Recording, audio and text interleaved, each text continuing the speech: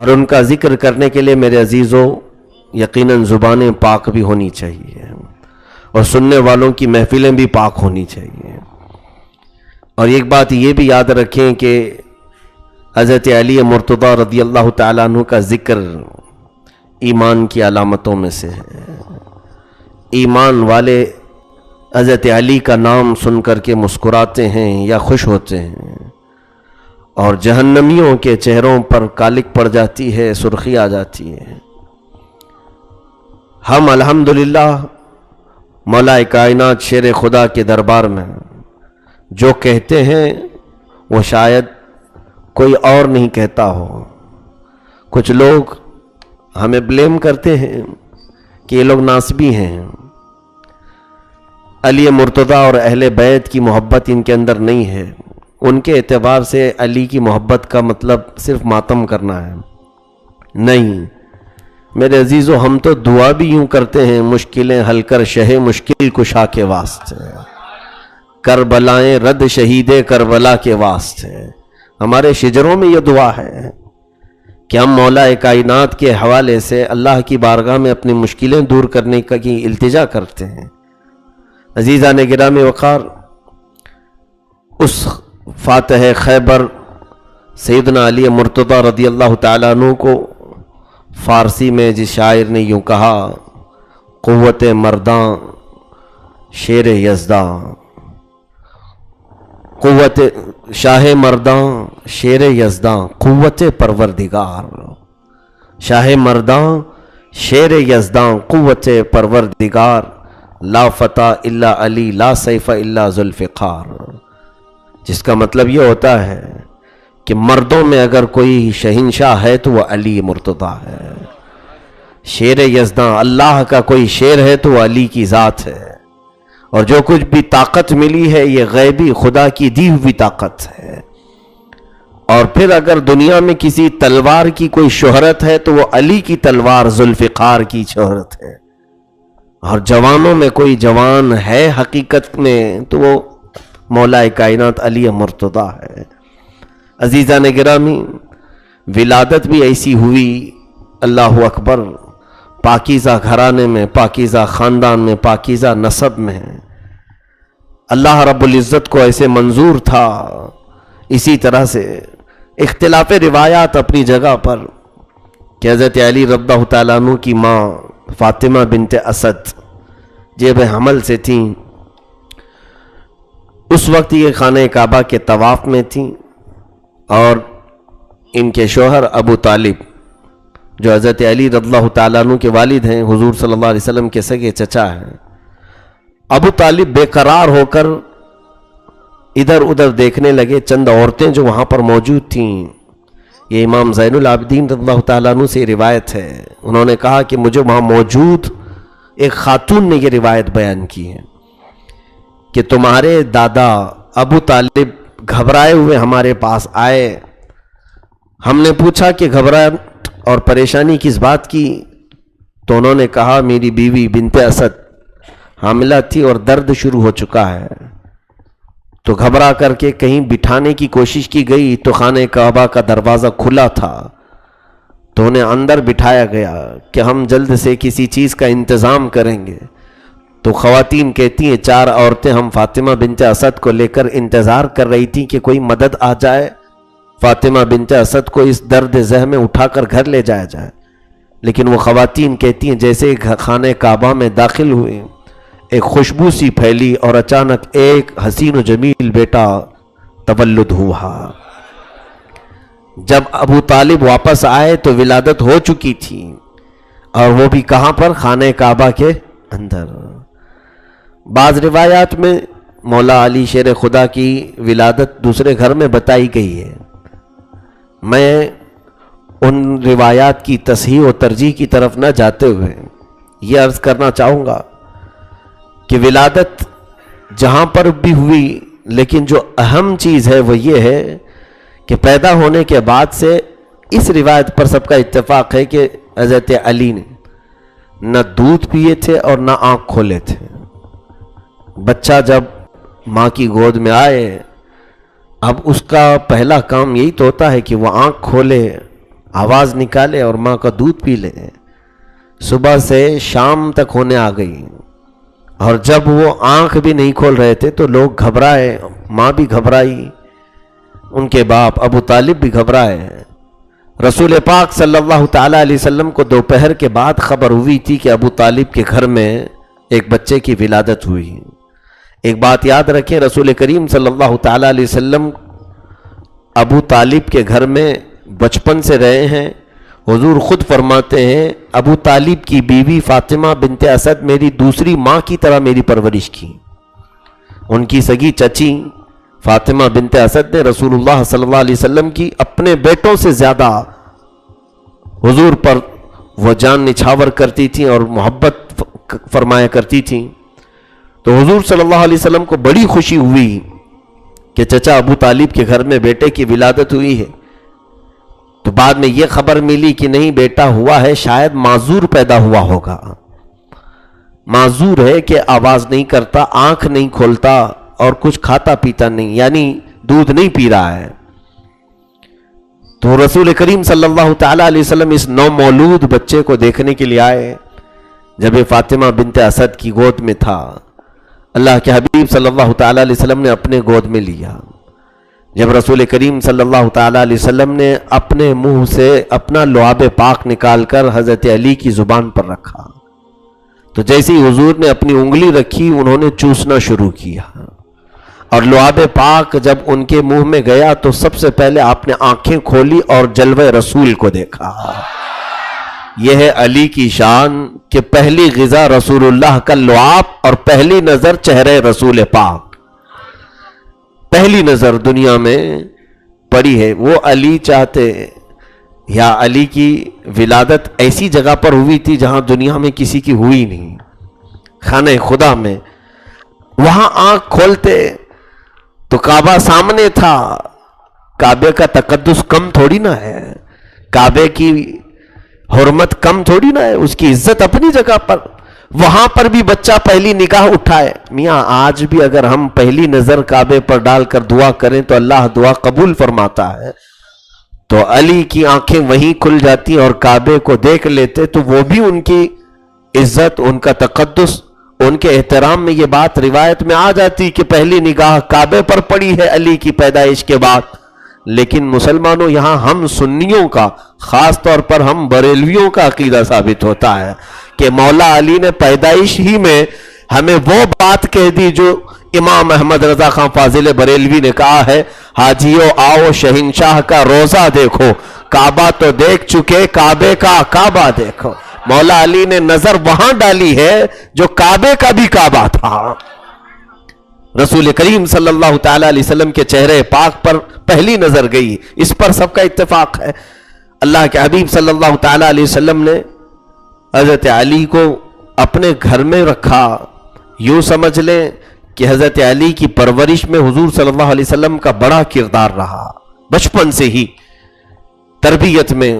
کیونکہ حضور پاک صلی اللہ تعالی علیہ وسلم کی شادی ہو کر 3 سال گزرے تھے جب آپ کی عمر مبارک 28 سال کی تھی، جب حضرت علی کی پیدائش ہوئی تھی. رسول پاک صلی اللہ تعالی علیہ وسلم حضرت علی کو اپنے گھر میں رکھتے تھے، خاص طور پر عمومی حالات میں بھی. اب وہ علی جو خود تربیت رسول میں بڑے ہوں، ان کی جوانی کا حال کیا ہونا چاہیے. اوروں کے متعلق معلوم نہیں، باقی دوسرے اصحاب تو بعد میں صحبت اختیار کی رسول پاک کی. حضرت علی کی صحابیت تو بچپن سے، پیدائشی صحابی، رسول کریم صلی اللہ تعالی علیہ وسلم کے گھر میں ہی پلے ہیں، پرورش وہی ہوئی ہے. جب آپ کی عمر 9 سال کی تھی، رسول کریم صلی اللہ تعالی علیہ وسلم نے 9 اور بعض روایات میں ہے 12-13 سال کی تھی. جیسے بھی ہوں، اللہ کے حبیب صلی اللہ تعالی علیہ وسلم نے اعلان نبوت فرمایا اور مکہ والوں کو جمع کیا. مکہ کی ایک پہاڑی پر سب پر دعوت پیش کی، میں اللہ کا آخری نبی ہوں، اللہ ایک ہے، اس کا کوئی شریک نہیں، تم بتوں کی عبادت کو چھوڑو. اس پیغام کو سن کر کے مکہ والے بڑی دشمنی پر اتر آئے. کوئی ایک بھی وہاں پر اٹھ کر لبیک کہنے والا نہیں تھا. اللہ کے حبیب صلی اللہ تعالیٰ علیہ وسلم نے اس مجمع عام میں پکارا، ہے کوئی جو میرے لائے ہوئے دین کی حمایت کرے؟ تب یہی 9 سال کی عمر میں یہ کھڑے ہوتے ہیں اور کہتے ہیں یا رسول اللہ صلی اللہ علیہ وسلم، میں آپ کے دین کی حمایت کے لیے کھڑا ہوں، آپ کو میں اللہ کا رسول تسلیم کرتا ہوں۔ رسول کریم صلی اللہ تعالیٰ علیہ وسلم نے اسی وقت آپ کو سینے سے لگایا اور رب ذوالجلال کی بارگاہ میں دعا کی کہ مولا اس کی ٹانگوں میں قوت عطا فرما، اس کے پیروں میں قوت و طاقت عطا فرما۔ حضور کی دعا کی برکت یہ تھی کہ پھر آپ کی قوت کے سامنے کسی کی قوت ہی نہیں تھی۔ اسد اللہ الغالب ہو گئے، جنہیں شیر خدا کا لقب ملا، حیدر کرار کا لقب ملا۔ یہ بچپن کے معاملات تھے، اور حضور پاک صلی اللہ تعالیٰ علیہ وسلم حضرت علی رضی اللہ تعالیٰ عنہ کو اپنے ساتھ فیصلوں میں بھی بٹھایا کرتے تھے۔ تبلیغ دین، ظاہر سی بات ہے جب اول اسلام میں آپ اسلام قبول کر چکے ہیں تو تبلیغ اسلام میں حضرت علی کا بھی کردار رہا ہے۔ اگرچہ بچوں میں تھے آپ، لیکن حضور پاک صلی اللہ تعالیٰ علیہ وسلم کو مکہ والوں کی ہر طرح سے خبر آپ پہنچاتے، اور مسلمانوں کی حفاظت کے لیے جو کچھ بھی ہو سکتا تھا حضرت علی بچپن سے کیا کرتے تھے۔ پھر جب اللہ کے حبیب صلی اللہ تعالیٰ علیہ وسلم ہجرت فرما کر مکہ سے مدینہ طیبہ تشریف لے گئے، اس وقت اپنے بستر پر حضور صلی اللہ علیہ وسلم نے حضرت علی کو ہی سلایا تھا۔ وہ قتل کی رات تھی، منصوبہ بند قتل کرنے کا ارادہ تھا کافروں کا، اور حضور کے گھر کے اطراف سارے لوگ تلوار تانے کھڑے تھے کہ محمد صلی اللہ علیہ وسلم کو آج قتل کر دیا جائے گا۔ لیکن رسول کریم صلی اللہ تعالیٰ علیہ وسلم وہاں سے اٹھ کر تشریف لے گئے، کسی کافر کو آپ نظر نہ آ سکے، لیکن حضرت علی سے کہا کہ تم میرے بستر پر آج سو جانا، میرے پاس لوگوں کی امانتیں ہیں، تم کل یہ امانتیں دوسروں تک پہنچا دینا اور پھر تم بھی مدینے چلے آنا۔ حضرت علی رضی اللہ تعالیٰ عنہ نے حضور صلی اللہ تعالیٰ علیہ وسلم سے ایک بھی سوال نہیں کیا کہ اگر غلطی سے وہ لوگ نبی سمجھ کر کے علی کو ہی قتل کر دیتے ہیں، کیونکہ وہ بستر قتل کا بستر بنا ہوا تھا، لیکن مولا علی شیر خدا رضی اللہ تعالیٰ عنہ فرماتے ہیں میں آرام کی نیند سویا، آرام کی نیند سویا۔ وجہ یہ تھی کہ رسول اللہ نے فرمایا تھا کل صبح سب کی امانتیں واپس کر کے تم بھی مدینے آنا، تو مجھے یقین ہو گیا کہ صبح ضرور ہوگی۔ حضور نے فرمایا ہے صبح تو ہونی ہے، آج کی رات فکر چھوڑ دو، موت کا خوف، موت کا ڈر ہی نکال دو، کیونکہ نبی نے فرمایا کل صبح تم امانتیں دے کر مدینے آنا۔ یہ حضرت علی رضی اللہ تعالیٰ عنہ کا ایقان تھا، یقین تھا فرمودات رسول صلی اللہ علیہ وسلم پر۔ دوسرے دن صبح کفار مکہ نے آپ کو بستر سے اٹھایا، پکڑے اور حرم کعبہ میں لے آئے، اور بہت سارے کافر جمع ہوئے۔ پھر آپ نے جب سب کی امانتیں واپس کرنا شروع کی تو آپ کو بھی چھوڑ دیا گیا۔ 3 دن کے بعد حضور پاک صلی اللہ تعالیٰ علیہ وسلم کی ہجرت کے 3 دن کے بعد حضرت علی بھی ہجرت کر کے مدینہ طیبہ تشریف لے آئے۔ یہاں مدینہ طیبہ آنے کے بعد مولا علی شیر خدا رضی اللہ تعالیٰ عنہ رسول کریم صلی اللہ تعالیٰ علیہ وسلم کے ہاں جب پہنچے تو مکتوم نام کے ایک صحابی ہیں، مدینے کے انصاری صحابی، ان کے گھر پر آپ کا قیام ہوا۔ جو بھی صحابی آئے ہجرت کر کے، رسول کریم صلی اللہ علیہ وسلم نے ان کو کسی نہ کسی صحابی کے گھر ٹھہرا دیا۔ اب یہ چند دنوں کے بعد عقد مواخات شروع ہوا۔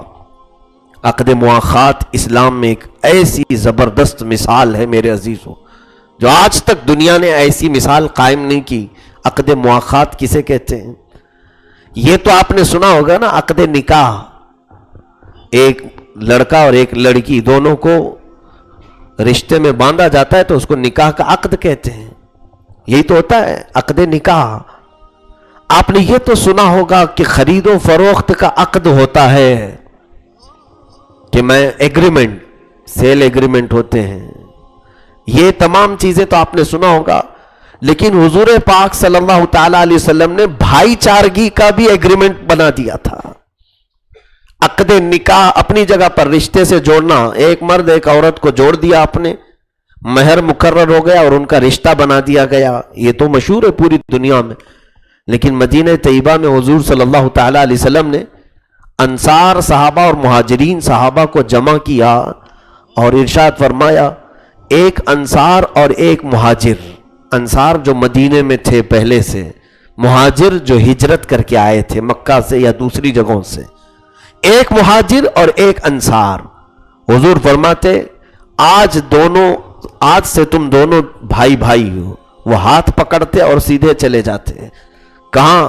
وہ انصاری صحابی مہاجر کو اپنے گھر لے جاتے ہیں، اور پھر اتنا ہی نہیں کہ حضور نے کہا ہے تو بھائی ہو گئے، جیسے ہم بولنے کے لیے آج بھائی بھائی ہیں، جب کام پڑے تو کہتے ہم تو سب بھائی بھائی ہیں، اور پھر جب دشمنی ہو تو اتنی خطرناک دشمنی ہوتی ہے معاذ اللہ کہ جانوروں سے بھی زیادہ سخت ترین لڑائیاں ہوتی ہیں۔ جانور بھی آپس میں اتنے نہیں لڑتے جتنا انسانوں میں لڑائیاں خون ریزیاں ہوتی ہیں۔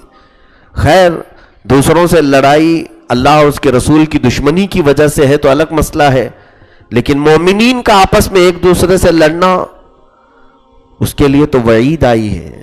اللہ کے رسول صلی اللہ تعالیٰ علیہ وسلم نے فرمایا کہ اگر دو مومن آپس میں لڑنے کے لیے تلواریں اٹھا لیے، تلوار آج نہیں ہے تو چاقو اٹھا لیا، جو کچھ بھی اٹھا لیا، اللہ کے حبیب صلی اللہ علیہ وسلم فرماتے ہیں اگر اس میں سے کسی ایک نے کسی کو مارا، ایک نے قتل کیا، تو قاتل بھی دوزخ میں ہوگا، مقتول جو قتل ہوا وہ بھی دوزخ میں ہوگا، جو مر گیا وہ بھی دوزخ میں ہے۔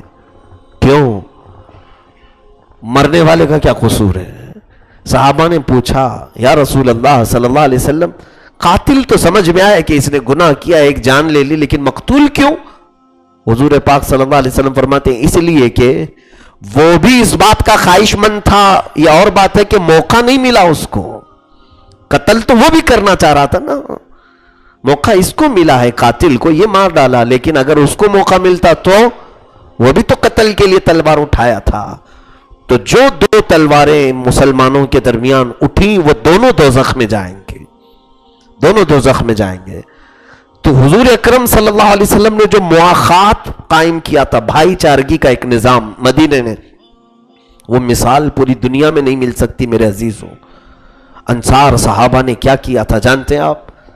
مہاجرین صحابہ کو لیا اور پھر اپنے گھر لے کر کے گئے، ان کے سامنے اپنی پوری جائیدادیں رکھ دیں، صاف صاف انہیں بتا دیا کہ اے میرے مہاجر بھائی، دیکھو میرے دو گھر ہیں، ایک باغیچہ ہے، بازار میں اتنی دکانیں ہیں، یہ میری پراپرٹی ہے، اور جو دو گھر ہیں اس میں سے ایک گھر میرا، ایک گھر تمہارا، باغیچہ آدھا میرا اور آدھا تمہارا، بازار کی دکان میں ایک دکان میری ایک دکان تیری۔ حتیٰ کہ حضرت عبد الرحمن بن عوف کے جو بھائی بنائے گئے تھے انصاری صحابی، انہوں نے یہاں تک کہا کہ میری دو بیویاں ہیں، میں ایک کو طلاق دوں گا، اس کی عدت کے بعد تم اس سے نکاح کر لو، کہ آپ نئے ہو مدینے میں۔ تو انصار نے بھائی چارگی کا ایسا نمونہ قائم کیا کہ ایک بار رسول پاک صلی اللہ علیہ وسلم نے فرما دیا کہ تم بھائی ہو، تو انہوں نے اپنی سگی ماں سے پیدا ہونے والے بھائی سے زیادہ ترجیح دی میرے آقا کی زبان سے نکلے ہوئے بھائی کو۔ عزیزان گرامی، صہیب روم سے آئے ہوئے، بلال حبشہ سے آئے ہوئے، سلمان فارس سے آئے ہوئے، دوسرے کئی ممالک سے آئے ہوئے صحابہ تھے وہاں پر، ان کی نسل الگ تھی، رنگ بھی الگ تھے، قبیلے الگ تھے، خاندان الگ تھے، لیکن مدینے والوں کے دلوں میں اللہ نے کیسا ایمان بسایا تھا، انہوں نے پورے ہر طرف سے آنے والے صحابہ کو ایک خاندان میں بانٹ لیا، ایک خاندان میں تقسیم کر لیا آپس میں، اور ایسا مضبوط خاندان کہ ان کی فضیلت میں پھر قرآن کی آیتیں نازل ہوئی، ان اللہ یحب الذین یقاتلون فی سبیلہ صفا کأنہم بنیان مرصوص، بے شک اللہ ان صحابہ سے محبت فرماتا ہے کہ جب وہ جہاد کے لیے بھی کھڑے ہوتے ہیں تو ایسی صف بناتے ہیں جیسے سیسا پلائی ہوئی دیوار کھڑی ہوتی ہے۔ ان کے درمیان اتنا اتحاد آ گیا تھا، ایسا اتحاد، بھائی چارگی کا نظام جو قائم کیا میرے آقا صلی اللہ علیہ وسلم نے، یہ معاشرے کی سب سے پہلی بنیاد تھی کہ کوئی مدینے کو ہلا نہیں سکا، پھر مدینے کو کوئی بری نظر سے دیکھ نہیں سکا، وہ اتحاد حضور پاک صلی اللہ علیہ وسلم نے قائم فرمایا۔ ہمارے حالات یہ ہیں کہ پڑوسی مر بھی گئے تو پتہ ہی نہیں چلتا ہے، خبر ہی نہیں ہے کہ کتنے بیمار پڑے ہیں لوگ. ہم نے یہاں پر رشتے یا تو مخصوص کر لیے، مال کی وجہ سے ہمارے رشتے ہیں، یا منصب کی وجہ سے ہمارے یہاں رشتے ہیں. ایمان کی وجہ سے جو رشتہ ہوتا تھا وہ بہت مضبوط ہوتا تھا، اور مال کی وجہ سے جو ہمارے رشتے قائم ہوتے ہیں وہ مال جانے کے بعد پھر دشمنی ہو جاتی ہے، دوریاں ہو جاتی ہیں. کسی کے منصب کی وجہ سے تم نے رشتہ قائم کر رکھا ہے اس سے، وہ ذرا اس کا منصب ہٹ گیا تو تمہارا رشتہ بھی ختم ہو گیا. اب اس سے کیا ملنا ہے، وہ تو فالتو آدمی ہو گیا، کچھ کام دھندے کا نہیں. یہ ہمارے مزاج ہیں. صحابہ اکرام کو حضور صلی اللہ علیہ وسلم نے ایمان کی رسی میں باندھا تھا، ایمان کی رسی میں، حتیٰ کہ ان کے درمیان چھوٹی سی بات پر تکرار بھی ہو جاتی، میرے آقا صلی اللہ تعالی علیہ وسلم غضبناک ہو جاتے تھے، ناراض ہوتے تھے. حضرت ابو ذر کو ایک بار اسی لیے ڈانٹا تھا کہ انہوں نے حضرت بلال کو صرف اتنا کہا تھا کالی عورت کے بیٹے ہیں. رسول کریم صلی اللہ علیہ وسلم نے فرمایا کہ تمہارے اندر ابھی بھی جاہلیت ہے، پرانے زمانے کی جہالت ہے. حضرت ابو ذر بلال حبشی کو صرف اتنا کہے تھے، پھر ان کو احساس ہوا، شرمندگی ہوئی. بعد میں گئے حضرت بلال کو لایا اور کہا کہ اے بلال، میں نیچے سوتا ہوں، تم اپنا پیر میرے چہرے پر رکھ دو. میں نے تم کو کالا کہا یا کالی عورت کے بیٹے کہا؟ حضرت بلال نے انہیں اٹھا لیا اور کہا نہیں، تم صحابی رسول ہو، تم صحابی رسول ہو، تمہارے چہرے پر میرا قدم کیسے؟ بلکہ ہم دونوں آپس میں ایمانی بھائی ہیں.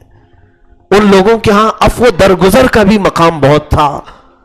تکراریں کیوں نہیں ہوتی تھی، لیکن ان لوگوں نے ان تکراروں کو اپنے درمیان بڑی دیواریں نہیں بنائی. مجھے حیرت ہوتی ہے، ابھی بھی مدینہ طیبہ کی بات ہے. مدینہ طیبہ میں ہم جاتے ہیں، آج وہاں حالات ایسے ہیں، دل کی سختیاں بڑھ جاتی ہیں حاجیوں کی بھی. حج کر کے اتنے دعائیں کر کے، عبادتیں کر کے، قرآن کی تلاوتیں کر کے، رب لبیک لبیک پکار کر کے مدینے پہنچتے ہیں. وہاں پر تو چھوٹی چھوٹی چیزوں کے لیے جھگڑے کر جاتے ہیں.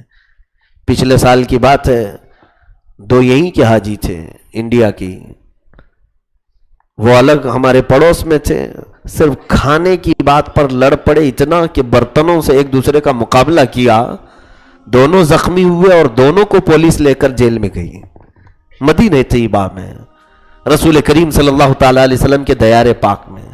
اور حد تو یہ ہے کہ وہاں جانے کے بعد پتہ نہیں شیطان کتنا ورغلاتا ہے، بہکاتا ہے. میں بار بار حجاج کرام کو یہی نصیحت کرتا ہوں، تمہارا امتحان ہے میرے عزیزو. بارگاہ رسول میں آئے ہو اور اس مدینے میں آئے ہو جہاں انصار نے اپنی ساری زمینیں کشادہ کر دی تھی، ساری زمینیں کشادہ کر دی تھی. آج وہاں پر کوئی اپنا دامن پھیلانے کی ذرا برابر کوشش نہیں کرتا. اگر آپ کرسی پر بیٹھے کوئی آ جائے تو اٹھنا پسند نہیں کرتا کوئی. ہماری یہ فکس چیزیں ہیں، ہم دوسروں کو نہیں دیں گے. کمروں کے لیے جھگڑے ہیں، بستروں کے لیے لڑائی، ہاں اچار کے لیے لڑائی، ہاں اتنی چھوٹی چھوٹی چیزوں کے لیے ہم نے دیکھا. یقیناً وہ انصار صحابہ پر کیا گزرتی ہوگی جنہوں نے اپنی جائیدادیں دے دی تھی، آدھے آدھے باغیچے ان کے نام پر کر دیے تھے. یہاں سفر میں 4-5 دن 8 دن 7 دن رہنے کے لیے اتنے بڑے جھگڑے کر کے آ جاتے ہیں. اللہ کے حبیب صلی اللہ تعالی علیہ وسلم کو ٹھیس پہنچانا، ایک بات یاد رکھیں، اس کے سارے اعمال ضائع کر دیے جائیں گے، سارے اعمال برباد کر دیے جائیں گے.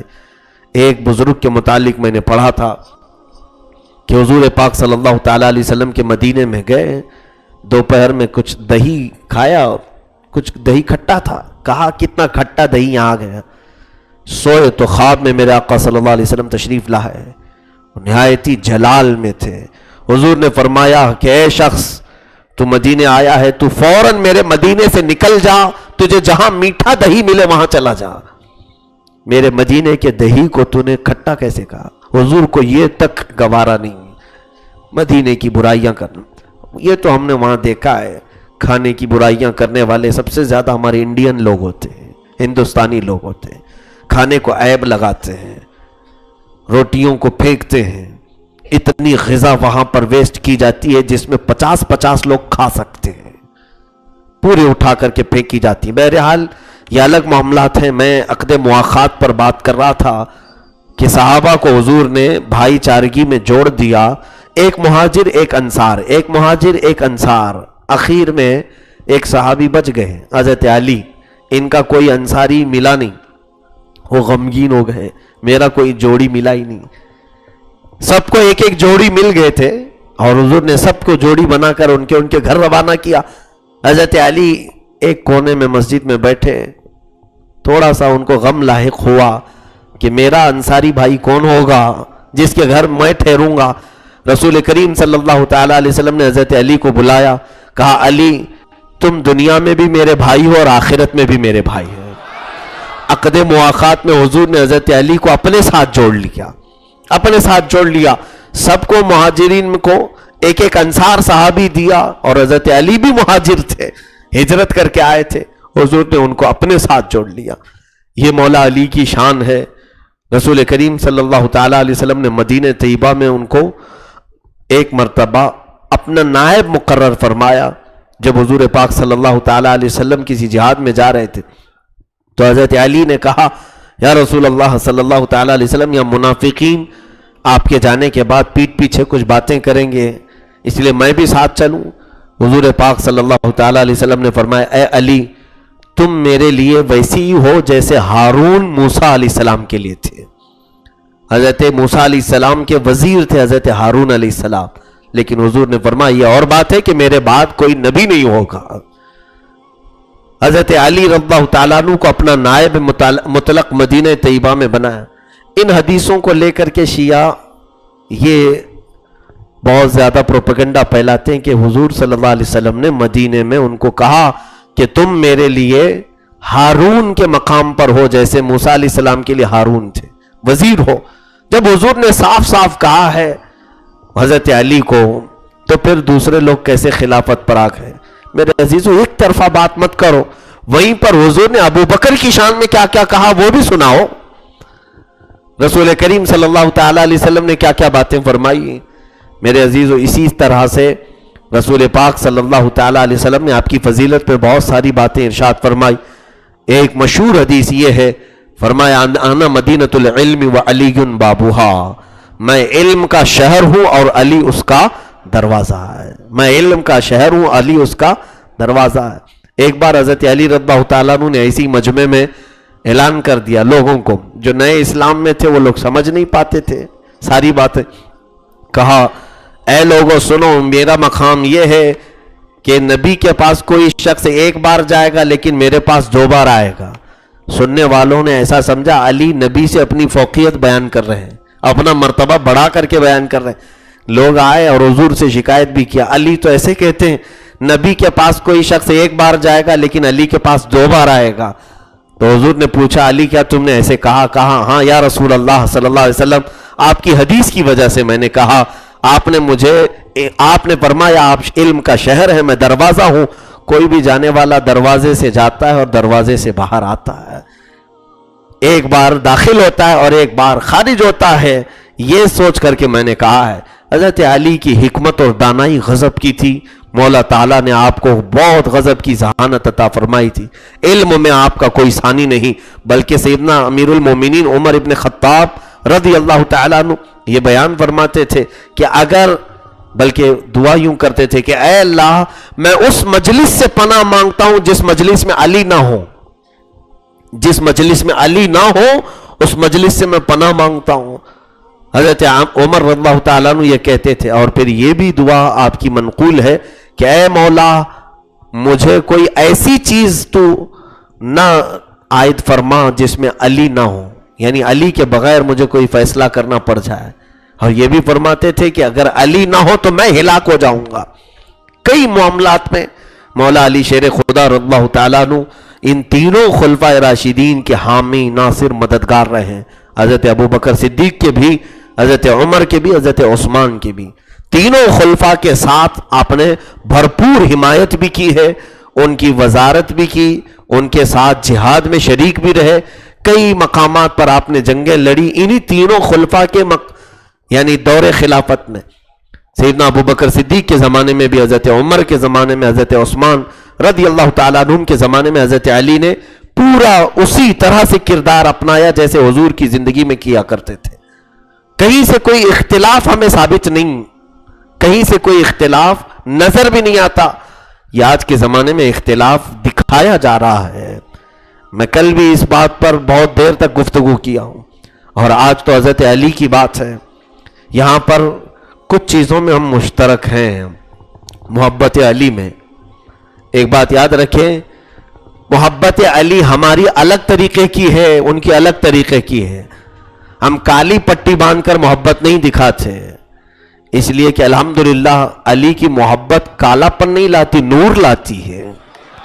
علی کی محبت قلب کو بھی نورانیت بخشتی ہے، ماتھے کو بھی نورانیت بخشتی ہے. قرآن میں انہی لوگوں کی صفات میں آئی ہے بات، سیماہم فی وجوہہم من اثر السجود. ان کے سجدوں کی وجہ سے ان کے چہروں پر تم چمکتی ہوئی نشانیاں دیکھو گے. سورہ فتح کی آخری آیت میں اللہ فرما رہا ہے، اور وہ حضرت علی مراد ہیں. یہاں سے تفسیر میں فرمایا گیا کہ آپ کے سجدے ایسے ہوتے کہ لوگ آپ کے چہرے کی چمک سے ہی آپ کو پہچانتے بھی تھے. چہرے پر جو رونق تھی، چہرے پر جو چمک و دمک تھی، یقیناً ویسا سجدہ اب کرے گا کون جو علی جیسا سجدہ ہو.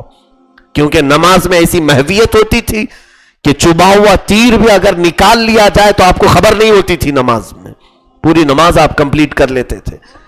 کسی نے آپ سے پوچھا بھی تھا کہ علی آپ کہتے ہیں ساری چیزوں کا جواب میں دے سکتا ہوں قرآن کے ذریعے سے، اپنی بصارت اور بصیرت کے ذریعے سے. علی سے پوچھا گیا ہے کیا کبھی آپ نے خدا کو بھی دیکھا ہے؟ یہ ایک بڑا سوال تھا. کیا آپ نے اپنے اللہ کو دیکھا ہے، اس کی تجلیوں کو دیکھا ہے؟ دیکھیں، ایک ہے ظاہری طور پر دیکھنا اور ایک ہے خواب میں دیکھنا، بند آنکھوں سے دیکھنا. عالم بیداری میں سوائے رسول اللہ کے کسی کو خدا کی زیارت نہیں ہو سکتی، ممکن نہیں ہے. معراج کا ایک واقعہ حضور کے ساتھ ہوا اور پھر کسی کے ساتھ نہیں ہوگا. لیکن عالم خواب ہو یا بند آنکھوں سے ہو، بے شمار اولیاء کاملین نے رب ذوالجلال کی زیارت کی ہے. مولا تعالیٰ کی تجلیوں کو انہوں نے دیکھا ہے. حضرت علی سے کسی نے پوچھا کہ آپ نے خدا کو دیکھا ہے؟ تو آپ مسکرائے، کہا خدا کو دیکھنے کی بات کرتے ہو. علی اس وقت تک نماز کا دوسرا سجدہ نہیں کرتا جب تک پہلے سجدے میں زیارت نہیں کرتا. رب تبارک و تعالیٰ کی تجلیات جب تک میں نہیں دیکھتا سر نہیں اٹھاتا ہوں. سیماہم فی وجوہہم من اثر السجود. یہ وہی اسی کے مصداق ہیں کہ ان کے سجدوں کی نشانیاں ان کے چہروں پر تم دیکھو گے. ان کے سجدوں کی نشانیاں چہروں پر دیکھو. اچھا، یہاں لفظ وجوہہم ہے، سیماہم فی وجوہہم، وجہ کہتے ہیں چہرے کو. اور بعض لوگ بیچارے پیشانی پر داغ لگا کر کہتے ہیں ہم بھی اسی آیت کے مصداق ہیں. پیشانی پر جو شامی کباب ہو تو اسے لوگ یہ کہتے ہیں کہ سیماہم فی وجوہہم کا مطلب یہی ہے کہ دیکھو سجدوں سے پیشانی پر نشان. پیشانی کا لفظ ہی نہیں ہے قرآن میں، چہرہ ہے. پورے چہرے پر تمہارے نشانیاں آئیں گی سجدے کی، صرف پیشانی پر نہیں، پورے چہرے پر. اور نشانی کا مطلب کالا پیلا لال نہیں، دور سے دیکھنے والا صرف تمہارے چہرے کو دیکھ کر اسلام کی محبت میں گرفتار ہو جائے، وہ رسول پاک صلی اللہ تعالی علیہ وسلم کا شیدائی بن جائے. تو چہروں کی رونق کے متعلق کہا گیا وہ حضرت علی جیسے چہروں میں تھی. عزیزان گرامی، مولا علی شیر خدا رضی اللہ تعالیٰ عنہ کی محبت کے متعلق شروع میں چند باتیں عرض کرنا ضروری ہے کہ میرے آقا صلی اللہ تعالیٰ علیہ وسلم نے جو آپ کی فضیلت میں بیان فرمائی اس کے ہم بھی قائل ہیں، ہم انکار نہیں کرتے. ہم علی کو صرف علی نہیں کہتے، مولا علی کہتے ہیں. جبکہ بعض لوگوں کو مولا کہنے پر بھی دشواری ہے، دقت ہے، لیکن یہ دقت ان کی اپنی ہے. کیونکہ حضور صلی اللہ علیہ وسلم نے جب یہ فرمایا من کنت مولاہ فہذا علی مولا، جس کا میں مولا ہوں علی بھی اس کے مولا ہے. مولا کسے کہتے ہیں؟ آقا کو. مولا سردار کو کہتے ہیں. حضرت علی رضی اللہ تعالیٰ عنہ کے متعلق رسول کریم صلی اللہ علیہ وسلم کا یہ فرمان عالی شان، اس پر کسی کو شک نہیں ہونی چاہیے. جب اللہ کے نبی نے انہیں مولا کہہ دیا ہے ہم سب کا، تو پھر مولا کہنے میں ہم سب کو کوئی دشواری بھی نہیں ہونی چاہیے. بلکہ طبری کی ایک روایت یہ بھی بتاتی ہے، اس کے آگے ایک اور روایت ہے کہ حضور پاک صلی اللہ تعالی علیہ وسلم نے فرمایا کہ میں جس کا مولا ہوں، صرف یہ لفظ نہیں بلکہ اس میں یہ لفظ ہے اللہ اور میں جس کے مولا ہے علی اس کا مولا ہے. اس میں پھر پوری کائنات آ گئی ہے، سارے لوگ ان کو اپنا سردار بنائے ہیں. عزیزان گرامی وقار، نبوت کا مقام اپنی جگہ پر، لیکن ولایت کا مقام اپنی جگہ پر ہے. مولا حضور صلی اللہ علیہ وسلم نے حضرت علی کو کہا ہے، تو یہ بات لے کر کے بعض جماعتیں کہتی ہیں تو پھر کیا وہ نبیوں کے بھی مولا ہیں؟ نبیوں کے بھی مولا ہیں؟ ہاں، ہم اس کی تطبیق یوں کہتے ہیں. عربی میں ایک لفظ کئی معنوں کے لیے آتا ہے. عربی میں ایک لفظ کئی معنوں کے لیے آتا ہے. لفظ عین، یہ سورج کو بھی بولتے ہیں، گھٹنے کو بھی بولتے ہیں، آنکھ کو بھی بولتے ہیں، ایک ہی لفظ ہے. تو بعض لوگوں نے ہم سے سوال کیا، حضور نے فرمایا میں جس کا مولا ہوں علی بھی اس کے مولا ہے، تو حضور تو نبیوں کے بھی مولا ہے، تو کیا علی بھی نبیوں کے مولا ہے؟ کہا ہاں ہیں نبیوں کے مولا، اس طور پر کہ مولا کا ایک معنی آقا ہوتا ہے اور ایک معنی دوست اور وزیر بھی ہوتا ہے. دوست اور وزیر ہمراز بھی ہوتا ہے. تو مولا علی ہم سب کے آقا کے معنی میں مولا ہے اور نبیوں کے متعلق دوست اور وزیر کے معنی میں مولا ہے. اس میں کوئی شک نہیں ہے.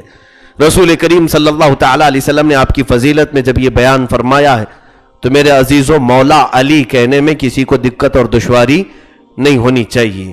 اب یہاں پر سرکار سیدنا علی مرتضی رضی اللہ تعالیٰ عنہ کے جو فضائل میں باتیں آئی ہیں، ایک تو پہلی بات یہ ہے کہ آپ خاندان رسول سے ہیں، ہاشمی نسب ہیں، ماں کی طرف سے بھی باپ کی طرف سے بھی آپ ہاشمی النسب ہیں. رسول کریم صلی اللہ تعالیٰ علیہ وسلم کے تبلیغ میں سب سے پہلے ایمان لانے میں آپ کا اہم رول ہے. اس کے علاوہ ہجرت کرنے میں، ہجرت کے بعد حضور پاک صلی اللہ تعالیٰ علیہ وسلم کے عقد مواخات میں بھائی بننے کا شرف آپ کو ہے. اس کے بعد رسول کریم صلی اللہ تعالیٰ علیہ وسلم نے 2 ہجری میں اور ایک روایت میں 3 ہجری میں اپنی سب سے چہیتی بیٹی سیدہ فاطمۃ الزہرا کا نکاح مولا علی کے ساتھ فرمایا ہے. جنتی عورتوں کی سردار، جنتی خواتین کے سردار، دختر مصطفیٰ رسول کریم صلی اللہ تعالیٰ علیہ وسلم کی شان بان والی وہ شہزادی مولا علی کی دلہن بنی ہے. رسول کریم صلی اللہ تعالیٰ علیہ وسلم کے متعلق حضرت ابو بکر فرماتے ہیں، حضرت عمر بھی فرماتے ہیں، میرے دل میں یہ ارادہ تھا کہ فاطمہ کے لیے نکاح کا پیغام بھیجوں. حضرت عمر بھی کہتے ہیں میرے دل میں ارادہ تھا کہ میں فاطمہ کے لیے نکاح کا پیغام بھیجوں. ان کے دلوں میں ارادہ تھا لیکن انہوں نے کہا نہیں. بعض میں ہے کہ حضور صلی اللہ تعالیٰ علیہ وسلم کے پاس کسی نہ کسی طرف سے کچھ پیغامات آئے تھے، حضور نے کسی کو جواب نہیں دیا، کسی کو جواب نہیں دیا فاطمہ کے نکاح کے لیے. پھر اللہ کے حبیب صلی اللہ تعالیٰ علیہ وسلم نے خود حضرت علی کو طلب کیا. حضرت علی کہتے ہیں کہ میرے دل میں تو تھا ارادہ نکاح کے لیے لیکن میری حیثیت نہیں تھی، میرے پاس مال نہیں تھا، نہ گھر تھا. جب مدینہ طیبہ وہ پہنچے تھے تو اس وقت افلاس بہت زیادہ تھا، غریبی بہت تھی. ایک یہودی کے باغیچے میں آپ کام کرتے تھے، دن بھر میں وہ 2 کھجوریں دیتا تھا، وہ 2 کھجوریں لے کر کے گھر آتے تھے. ایسے میں مصطفیٰ کریم صلی اللہ علیہ وسلم کی بیٹی کا ہاتھ کیسے مانگوں؟ خود رسول کریم صلی اللہ علیہ وسلم نے طلب فرمایا اور پوچھا، اے علی کیا تم اس بات پر راضی ہو کہ میں اپنی بیٹی کا نکاح تمہارے ساتھ کروں؟ حضرت علی نے سر جھکا لیا. حضور صلی اللہ تعالیٰ علیہ وسلم نے مسکرا کر فرمایا، علی یہ میرا فیصلہ نہیں، رب ذوالجلال کا فیصلہ ہے کہ میں اپنی بیٹی تمہارے عقد میں دوں، تمہارے نکاح میں دوں.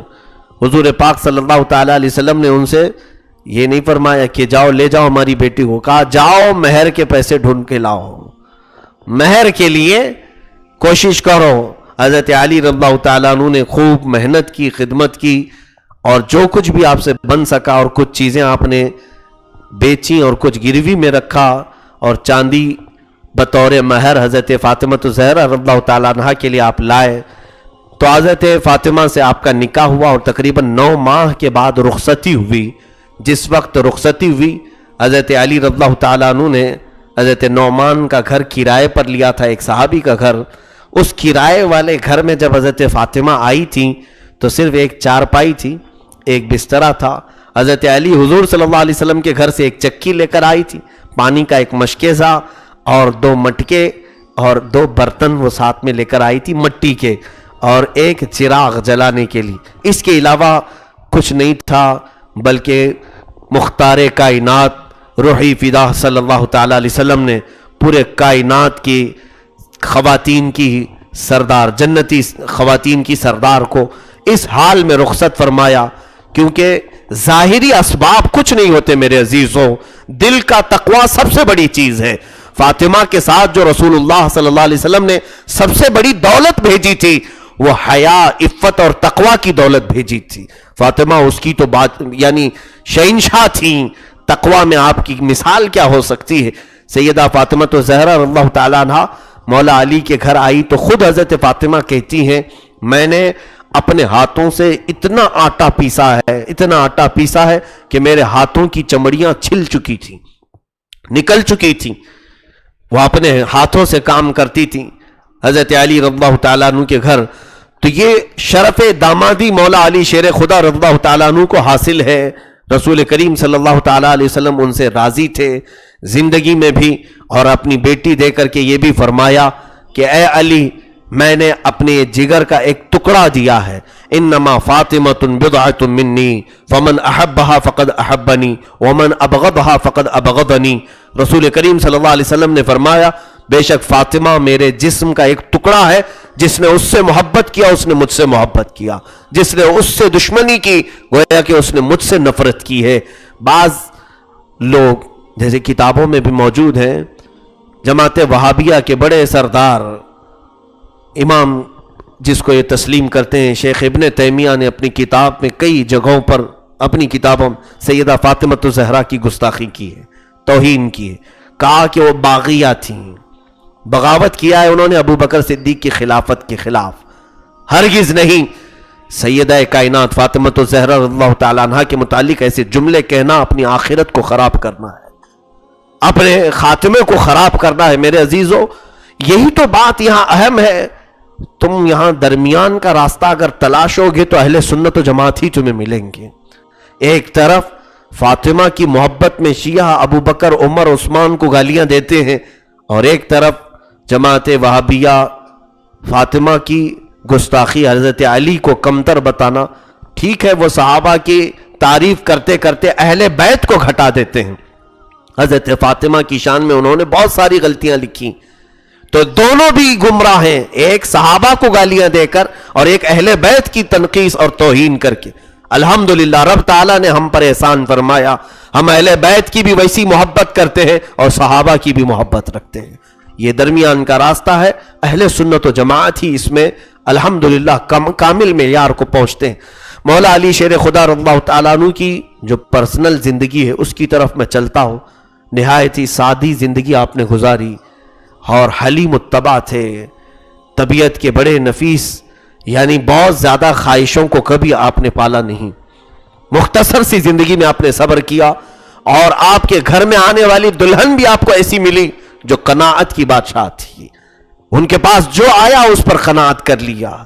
حضرت علی رضی اللہ تعالیٰ عنہ کو اس بارے میں کوئی فکر نہیں ہوئی کہ بہت بڑے گھر کی بیٹی لے کر آیا ہوں تو اب میرے کمائی کو بھی دیکھنا پڑے گا. جیسے لوگ کہتے ہیں نا کہ ہاتھی لانے سے پہلے چوکھٹ دیکھ لو، بڑے گھر کی عورت آ رہی ہے تو دروازہ بڑا کر لو، کمائی پھیلا لو.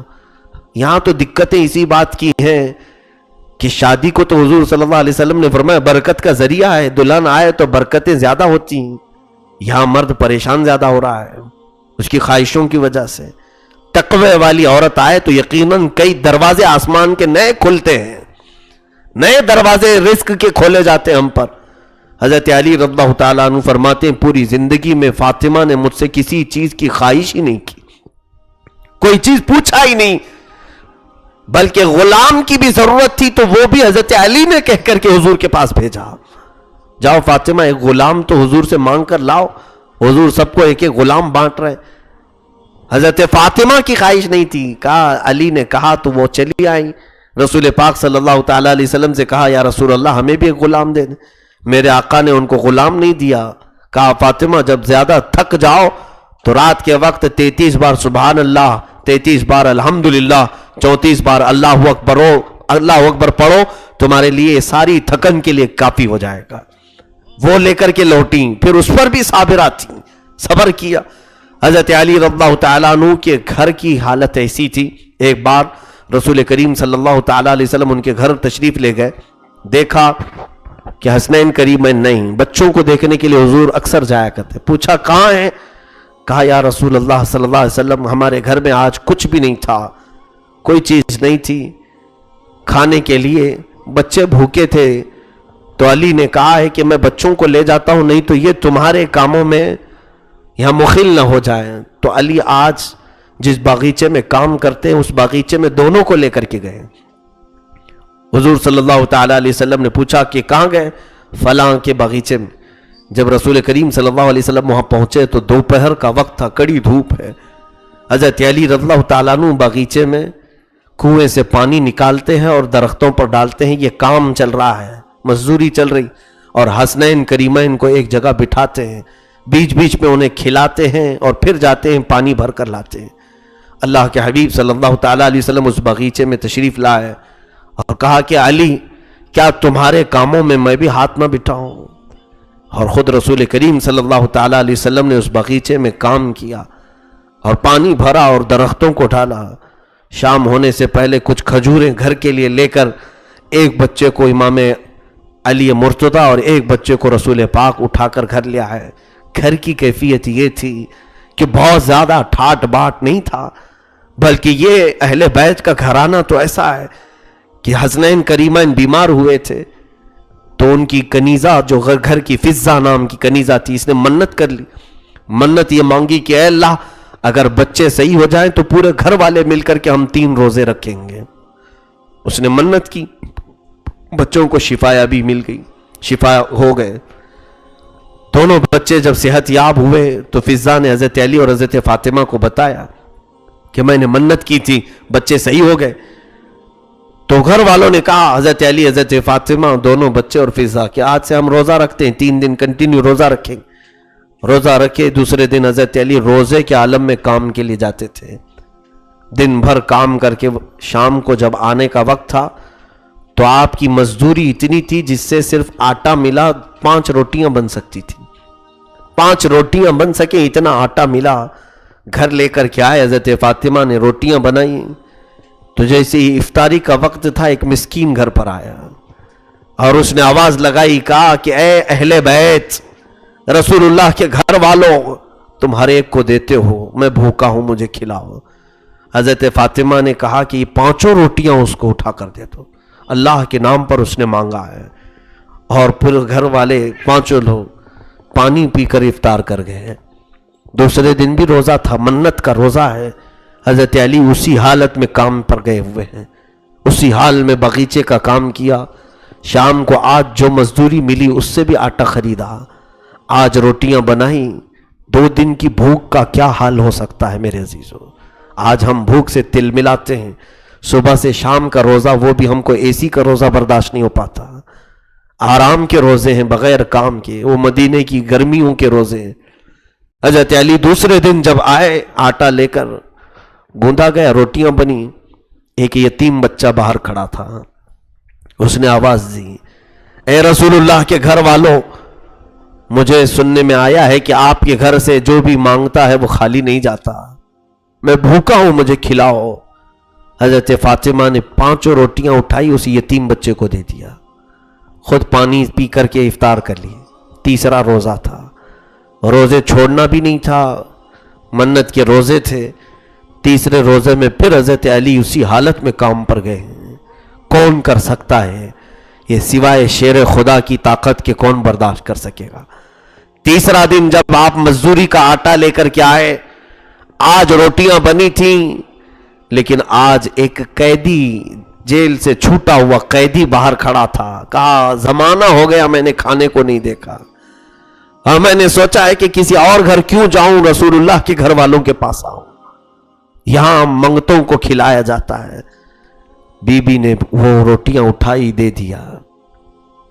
مولا علی نے ایک بار بھی نہیں کہا کہ فاطمہ 1 رکھ لیتی، 2 رکھ لیتی، 3 رکھ لیتی، باقی کی دے دیتی۔ وہ بھی اپنی اس بیوی کی خیرات پر راضی تھے۔ بچوں کو بھی ایسی تربیت تو ملی تھی بچپن میں، تیسرا روزہ ہے اور روٹیاں اٹھا کر دی گئی. یہ بڑا کڑا امتحان تھا میرے عزیزوں اہل بیت کے گھر والوں، اہل بیت والوں کے ساتھ، رسول پاک صلی اللہ تعالی علیہ وسلم کے گھر والوں کے ساتھ. یہ بڑا امتحان تھا. 3 روزے گزر گئے. شام کو میرے آقا صلی اللہ علیہ وسلم گھر میں داخل ہوتے ہیں تو دیکھا کہ حسنین کریمین طاق میں دبکے ہوئے بیٹھے ہیں. حضرت علی کا پیٹ پیٹ سے لگا ہے، فاطمہ کی کمر جھکی ہوئی، کسی سے آواز نہیں نکل رہی. فضا کو دیکھا گیا، آنکھیں اندر ہیں. اللہ کے حبیب صلی اللہ تعالی علیہ وسلم گھر میں داخل ہوئے، آواز کسی کی نہیں آ رہی ہے. بچے بھی کھلکھلاتے کھیلتے رہتے تھے. پوچھا کہ کیا حال ہے یہاں پر؟ کسی نے جواب نہیں دیا. ہوتا تو بیٹی رو رو کر کے شکایتیں کرتی کہ ابا جان گھر ایسا چل رہا ہے کہ کھانے کو نہیں ہے، کس کے گھر آپ شادی کر کے دے دیے.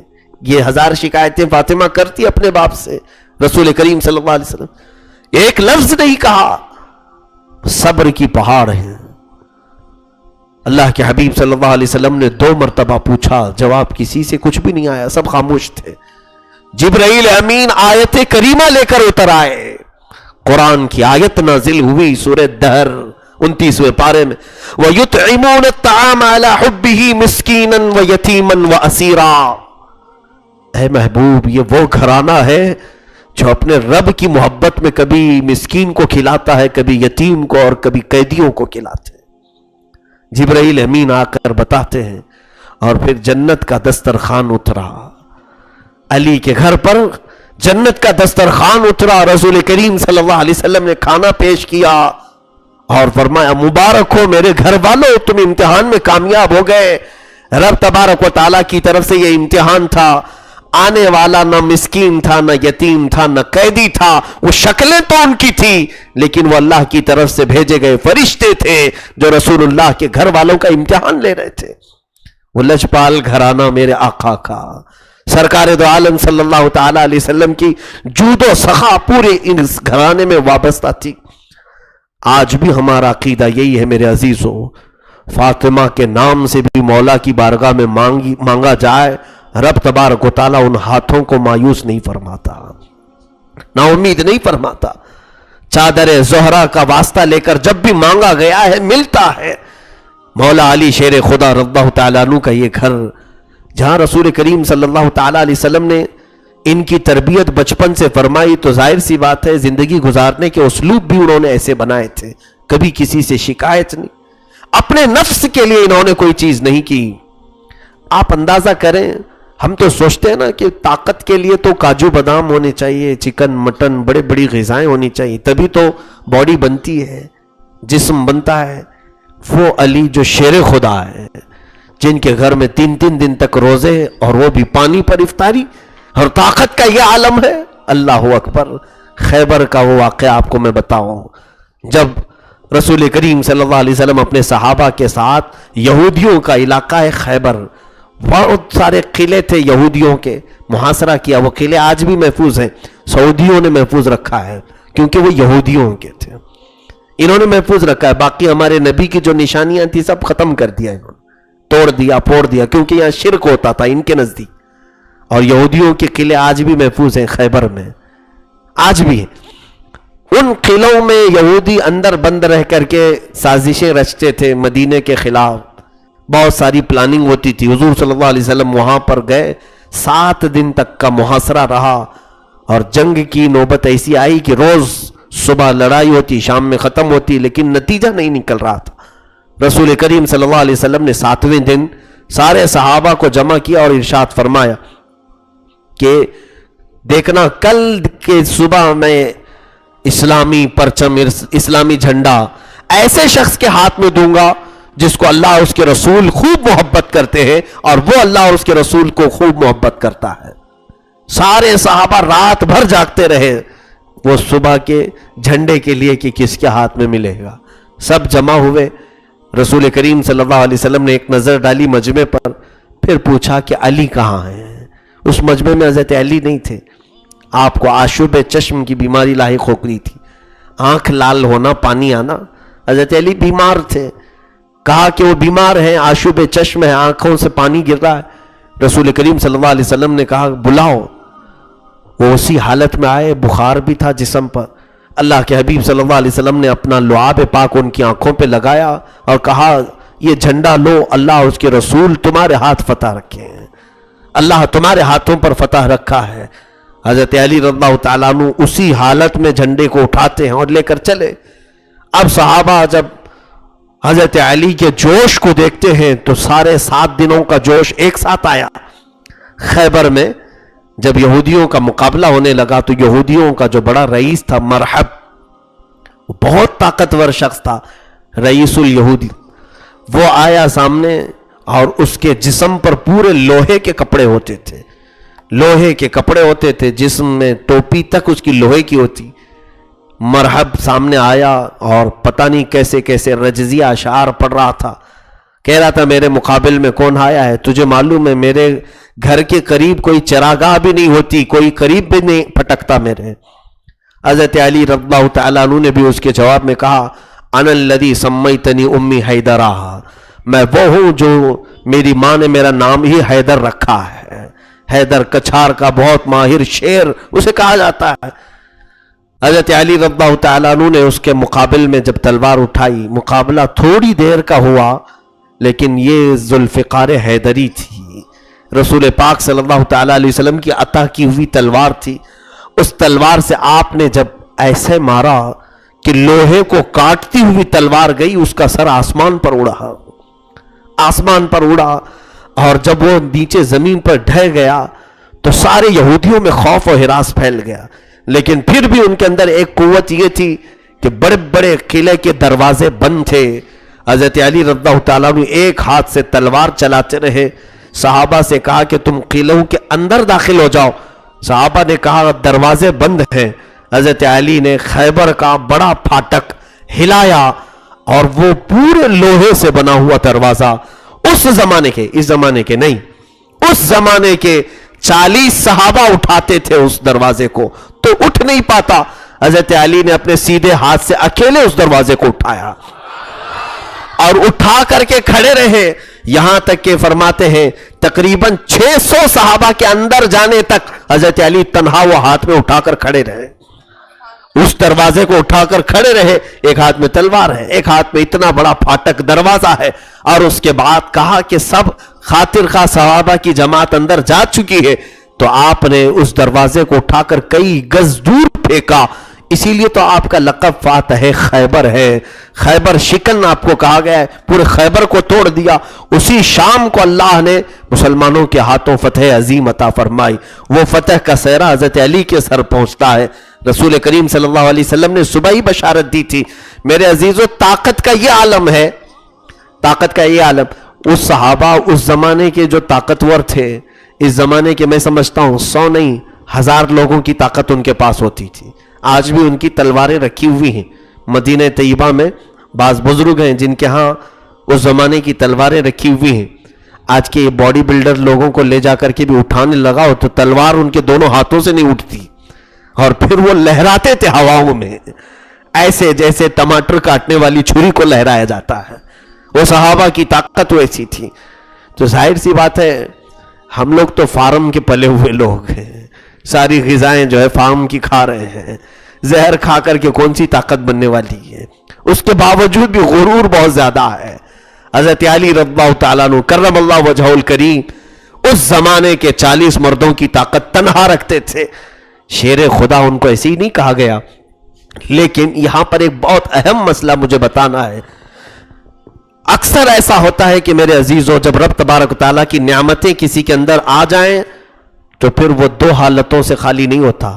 یا تو رب تعالیٰ کا شکر گزار بندہ بن جاتا ہے، یا تو پھر غرور و تکبر میں اترانے والا بن جاتا ہے. مال بھی غرور لاتا ہے، باڈی کی طاقت بھی غرور لاتی ہے، یا کوئی عہدہ اور منصب بھی اسے غرور میں لاتا ہے. یہ 3 چیزیں اسے گھمنڈ کی طرف لے جاتی ہیں. یہ بہت آزمائش کا وقت ہوتا ہے. دیکھنا کسی کے اندر زیادہ طاقت آ گئی اور پھر وہ بچ پائے، اپنے ہاتھ کو بچا لے جائے، وہ دنیا کا عظیم پہلوان ہے، وہ عظیم پہلوان ہے. یہاں تو لوگوں کو مکہ آزمائی کرتے بھی ہیں.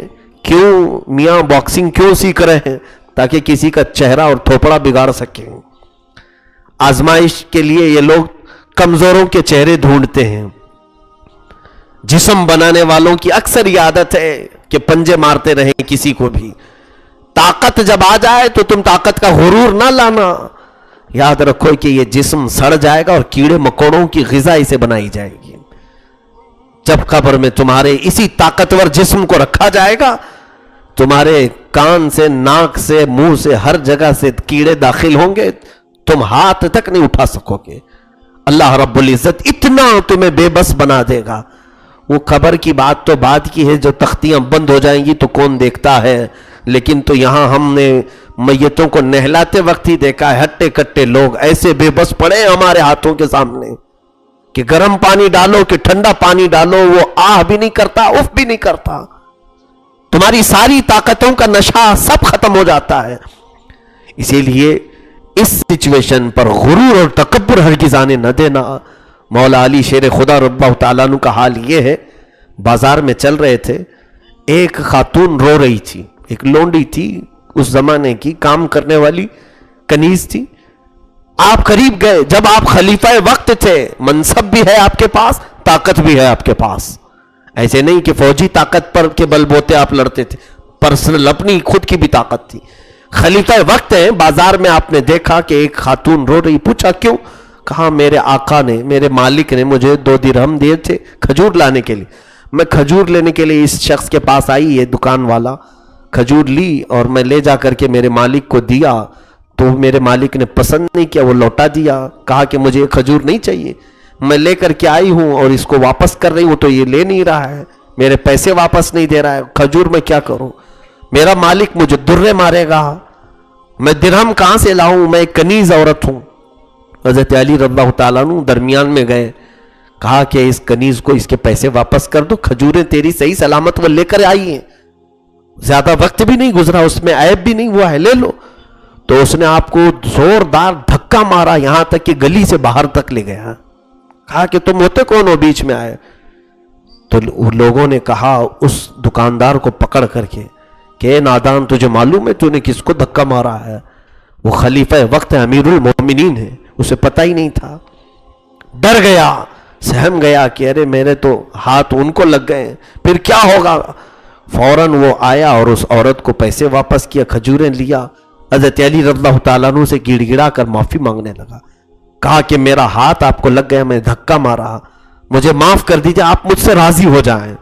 حضرت علی رضی اللہ تعالیٰ عنہ نے فرمایا پہلے اس کنیز سے پوچھو, وہ اگر راضی ہے تو میں بھی راضی ہوں, میرے اپنے نفس کا کوئی معاملہ نہیں, تو حقداروں کو ان کا حق ادا کر دے, میں تجھ سے راضی ہوں.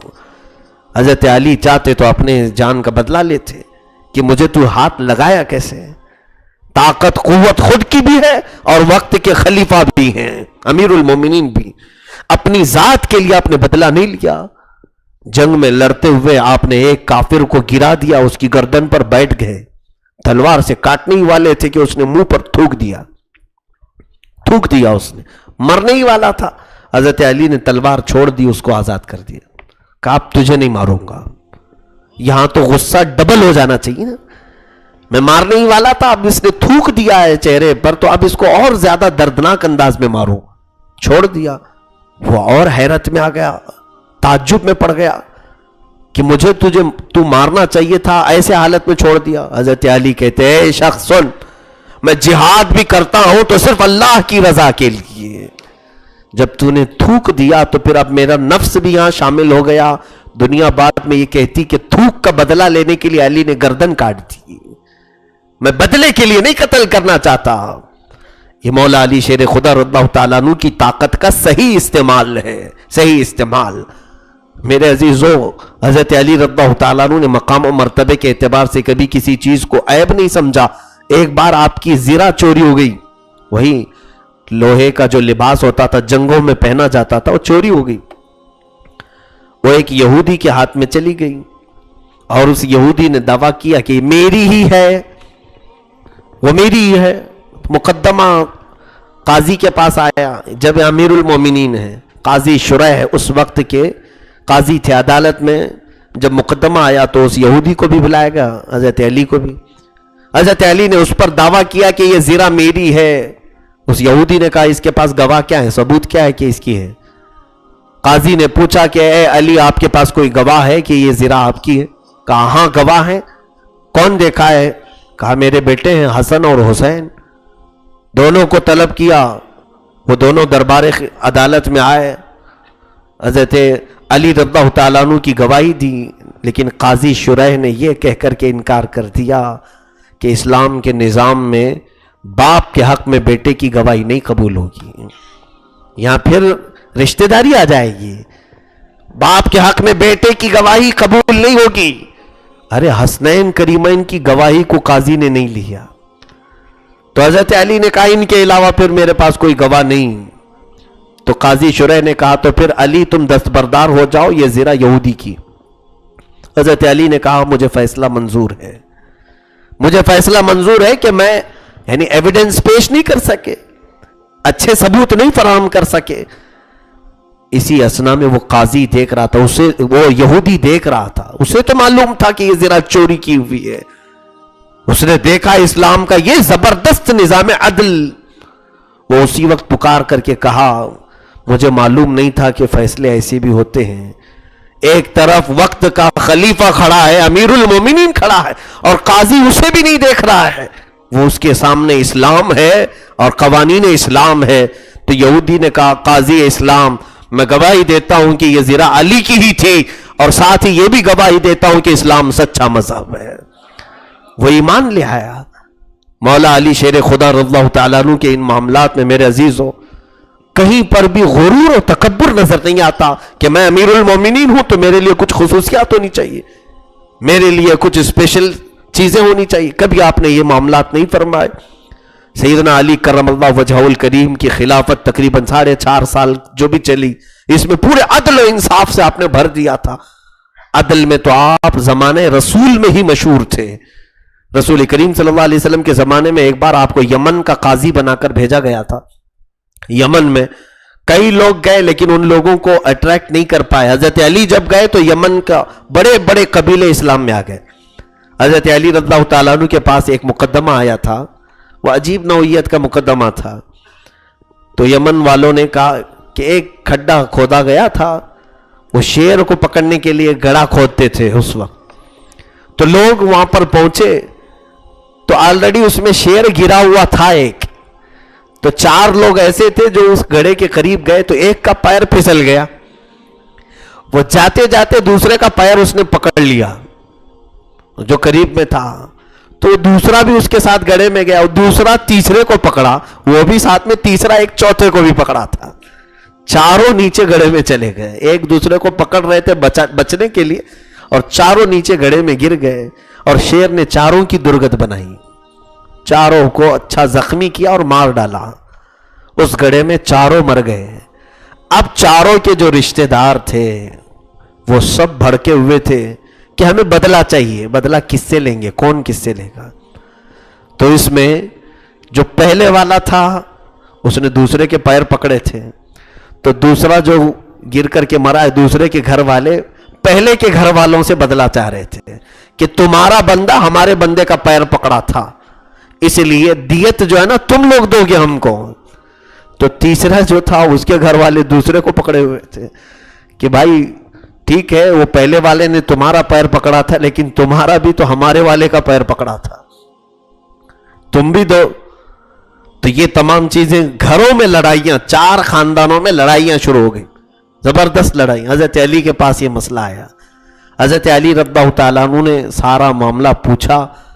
مر گئے ہوئے ہیں, اور پہلے والا جو مرا تھا کیا وہ غلطی سے نہیں, بلکہ وہ پھسل کر کے گرا تھا. کوئی زبردستی کیوں شیر کے پاس جائے گا, پھسلا لیکن وہ دوسرے کو پکڑا. دیت اسلام میں ایک حکم ہے, یعنی کسی نے کسی کا قتل کیا, مرڈر کیا, تو اسلام کا حکم یہ ہے کہ بدلے میں اس کی جان لے لو, یا تو پھر قتل ہونے والے کے گھر والوں کو یہ اختیار ہے, آپشن ہے, چاہے تو اس سے پیسے لے لو.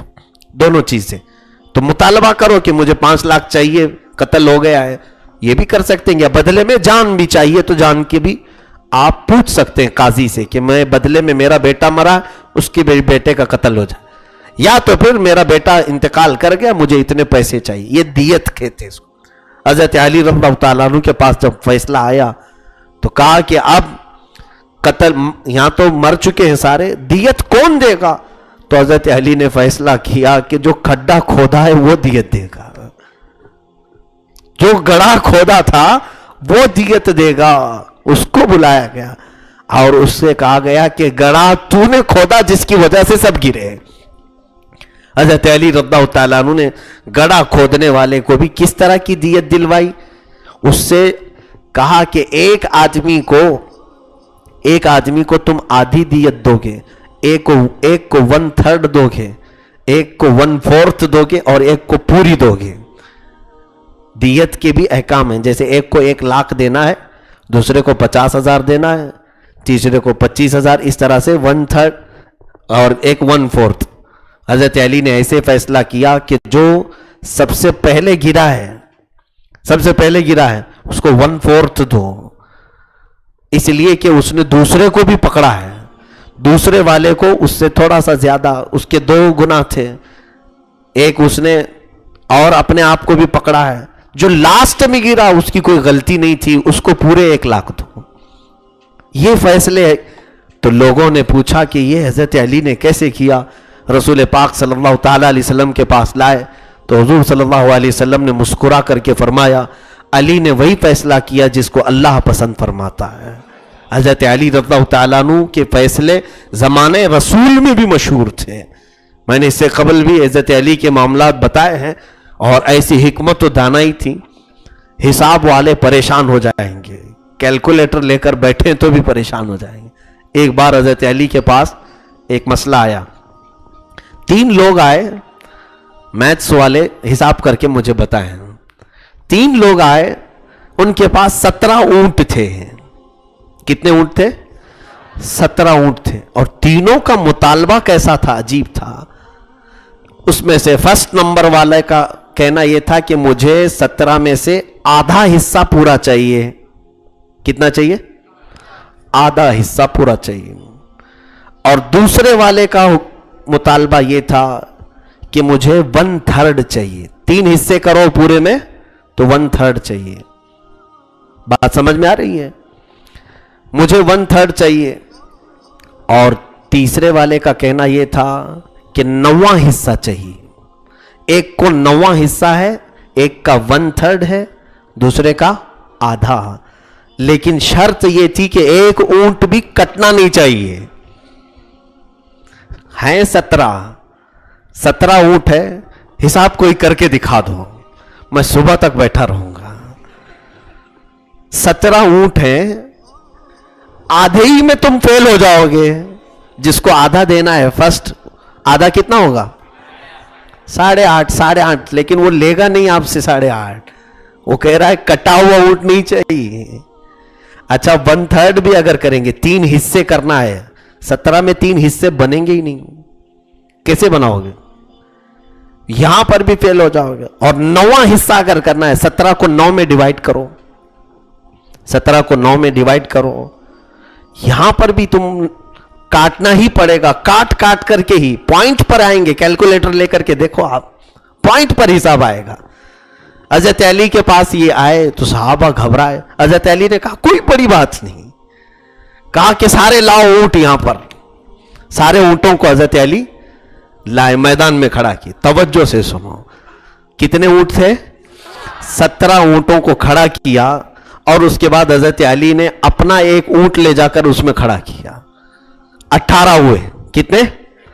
18 ہوئے۔ تو پہلے والے سے کہا تجھے کتنے چاہیے؟ آدھا۔ 18 کا آدھا کتنا ہوتا ہے؟ 9 الگ کیا، اس کو دے دیا، کٹا تو نہیں، 18 کا آدھا پورا مل گیا۔ دوسرے والے کو 1/3 چاہیے تھا، 18 کا 3 حصے کرو، کتنے ہوتے ہیں؟ کتنے ہوتے ہیں؟ 6، اس کو دے دیا۔ 9 اور 6 کتنے ہوئے؟ 9 اور 6 کتنے ہوئے؟ 15۔ تیسرے والے کو 9واں حصہ چاہیے تھا، 18 کو 9 حصوں میں کرو، کتنے ہوتے ہیں؟ 2 9 18، 2 9 18 ہوتے ہیں نا، 18 کو ڈیوائیڈ کرو 9 حصوں میں، کتنے ہوتے ہیں؟ 2۔ تیسرے والے کے حصے میں 2 اونٹ آنے تھے، پہلے والے کو 9، دوسرے والے کو 6، کتنے ہوئے؟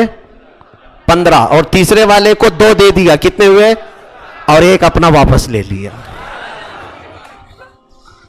ایک اونٹ اپنا واپس لے لیا. کسی کا اونٹ کٹا بھی نہیں. سمجھ میں آیا؟ صبح تک نہیں سمجھ سکتے تھے. مولا علی شیر خدا رضی اللہ تعالیٰ عنہ کی حکمت و دانائی یہ تھی. اللہ اکبر. غضب کی ذہانت آپ کو اللہ نے دی تھی. ایک دو نہیں، بے شمار فیصلے آپ نے ایسے فرمائے. حضرت علی رضی اللہ تعالیٰ عنہ نے ایسے ایسے فیصلے فرمائے جس پہ صحابہ بھی دنگ رہ جاتے تھے. ایک کتاب پوری صحیفہ علی، بلکہ قضایا علی نام سے بھی چھپی بھی، یعنی اس میں روایات وہ جس میں حضرت علی کے فیصلے تھے. دو عورتیں آئیں بچے پر جھگڑتے ہوئے. ایک بیٹا ہے اور دونوں کہہ رہی یہ میرا ہے، وہ کہہ رہی میرا ہے. دونوں جھگڑا کر رہی تھی. حضرت علی رضی اللہ تعالیٰ عنہ نے کہا کہ کس کو دلائیں؟ دونوں کو. تو حضرت علی نے ایک بوڑھی عورت باہر گزر رہی تھی، اس کو بلایا. خاتون ادھر آ. کہا یہ دونوں عورتوں میں سے بچہ لے لے، آدھا آدھا کاٹ کر کے آدھا اس کو دے دے آدھا دے دے، جھگڑا ختم ہو جائے گا. یہاں کاٹنے کا حکم دیا. تو ایک عورت چلائی، کہا امیر المومنین مت کاٹیں، پورا اس کو دے دے. یہ دوسری جو عورت مانگ رہی دے دے.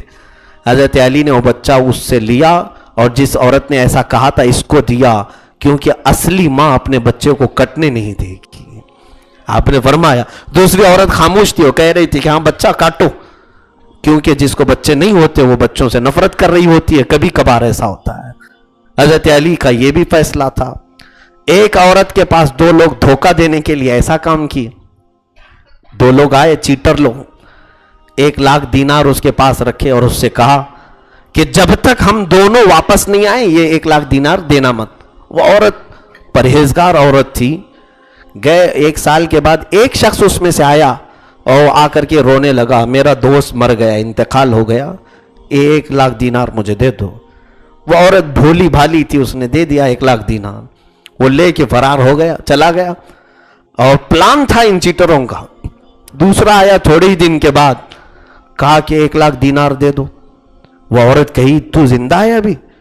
تیرا دوست آیا وہ کہہ رہا تھا کہ تو مر گیا اور وہ مجھ سے 1,00,000 دینار لے کر چلا گیا.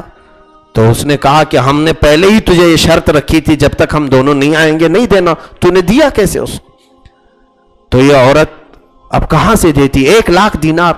فیصلہ حضرت علی کے پاس آیا. حضرت علی رضی اللہ تعالیٰ عنہ نے اس کو طلب کیا. وہ عورت کہہ رہی ہے اس کا دوست پہلے یہ کہہ کر کے گیا کہ یہ مر گیا اور چند دنوں کے بعد یہ آیا. اس سے پوچھا کہ تو اب پیسوں کا مطالبہ کر رہا ہے؟ کہا ہاں، ہم نے اس سے کہا تھا کہ جب تک ہم دونوں نہ آئیں پیسہ مت دینا. اس نے میرے دوست کو دے دیا، وہ لے کر چلی گئی. حضرت علی نے کہا تو ٹھیک ہے، تم اپنی بات پر رہو کہ تمہیں نے تو کہا جب تک دونوں نہیں آئیں گے پیسہ نہ دو. جاؤ اپنے اس دوسرے کو لے آؤ تو پیسہ دے دیں گے. جب وہ لے کر کے آئے گا تب پکڑا جائے گا. لے کے آنے کی ذمہ داری تمہاری ہے. یہ عورت خوش ہو گئی، کہا مولا علی نے 1,00,000 دینار سے بچا لیا.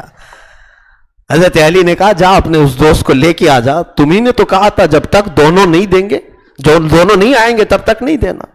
یہ فیصلے، یہ قضایا حضرت علی رضی اللہ تعالیٰ عنہ کے تھے. ایک اور بھی آپ سے منسوب اس طرح کی بات ہے کہ ایک باپ اپنے بچے کے متعلق وصیت کر کے ایک تاجر کو کچھ پیسے دے دیا تھا. اس میں بھی 1,00,000 درہم. اس نے کہا کہ میرے بیٹے کو اس میں سے تم جو بہتر سمجھو وہ دے دینا، اس میں سے جو تم بہتر سمجھو وہ دے دینا. تو وہ چلا گیا اور اس کے بعد اس باپ کا انتقال ہو گیا. اس کا یتیم بچہ اس سے مانگنے کے لیے آیا تو اس نے اس کو 10 درہم خالی پکڑایا 1,00,000 میں سے.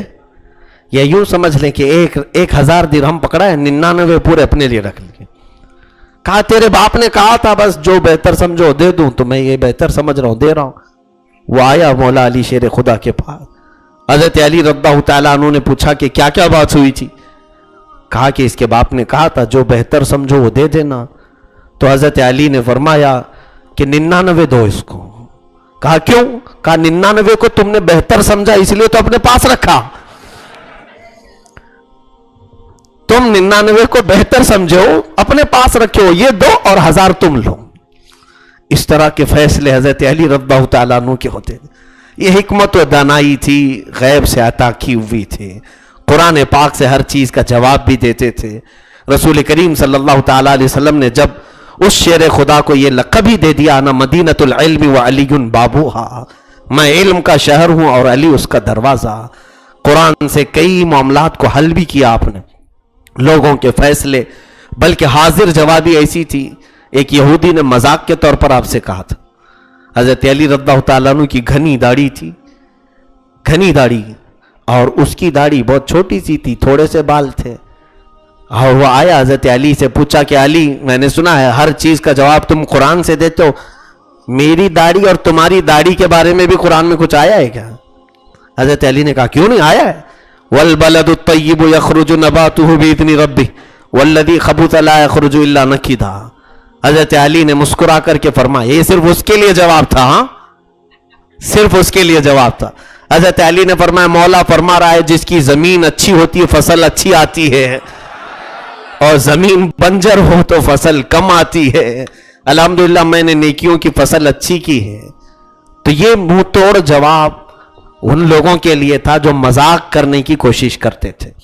مولا علی کے مقام و مرتبے کو، ان کے علم کو کوئی پہنچ نہیں سکتا۔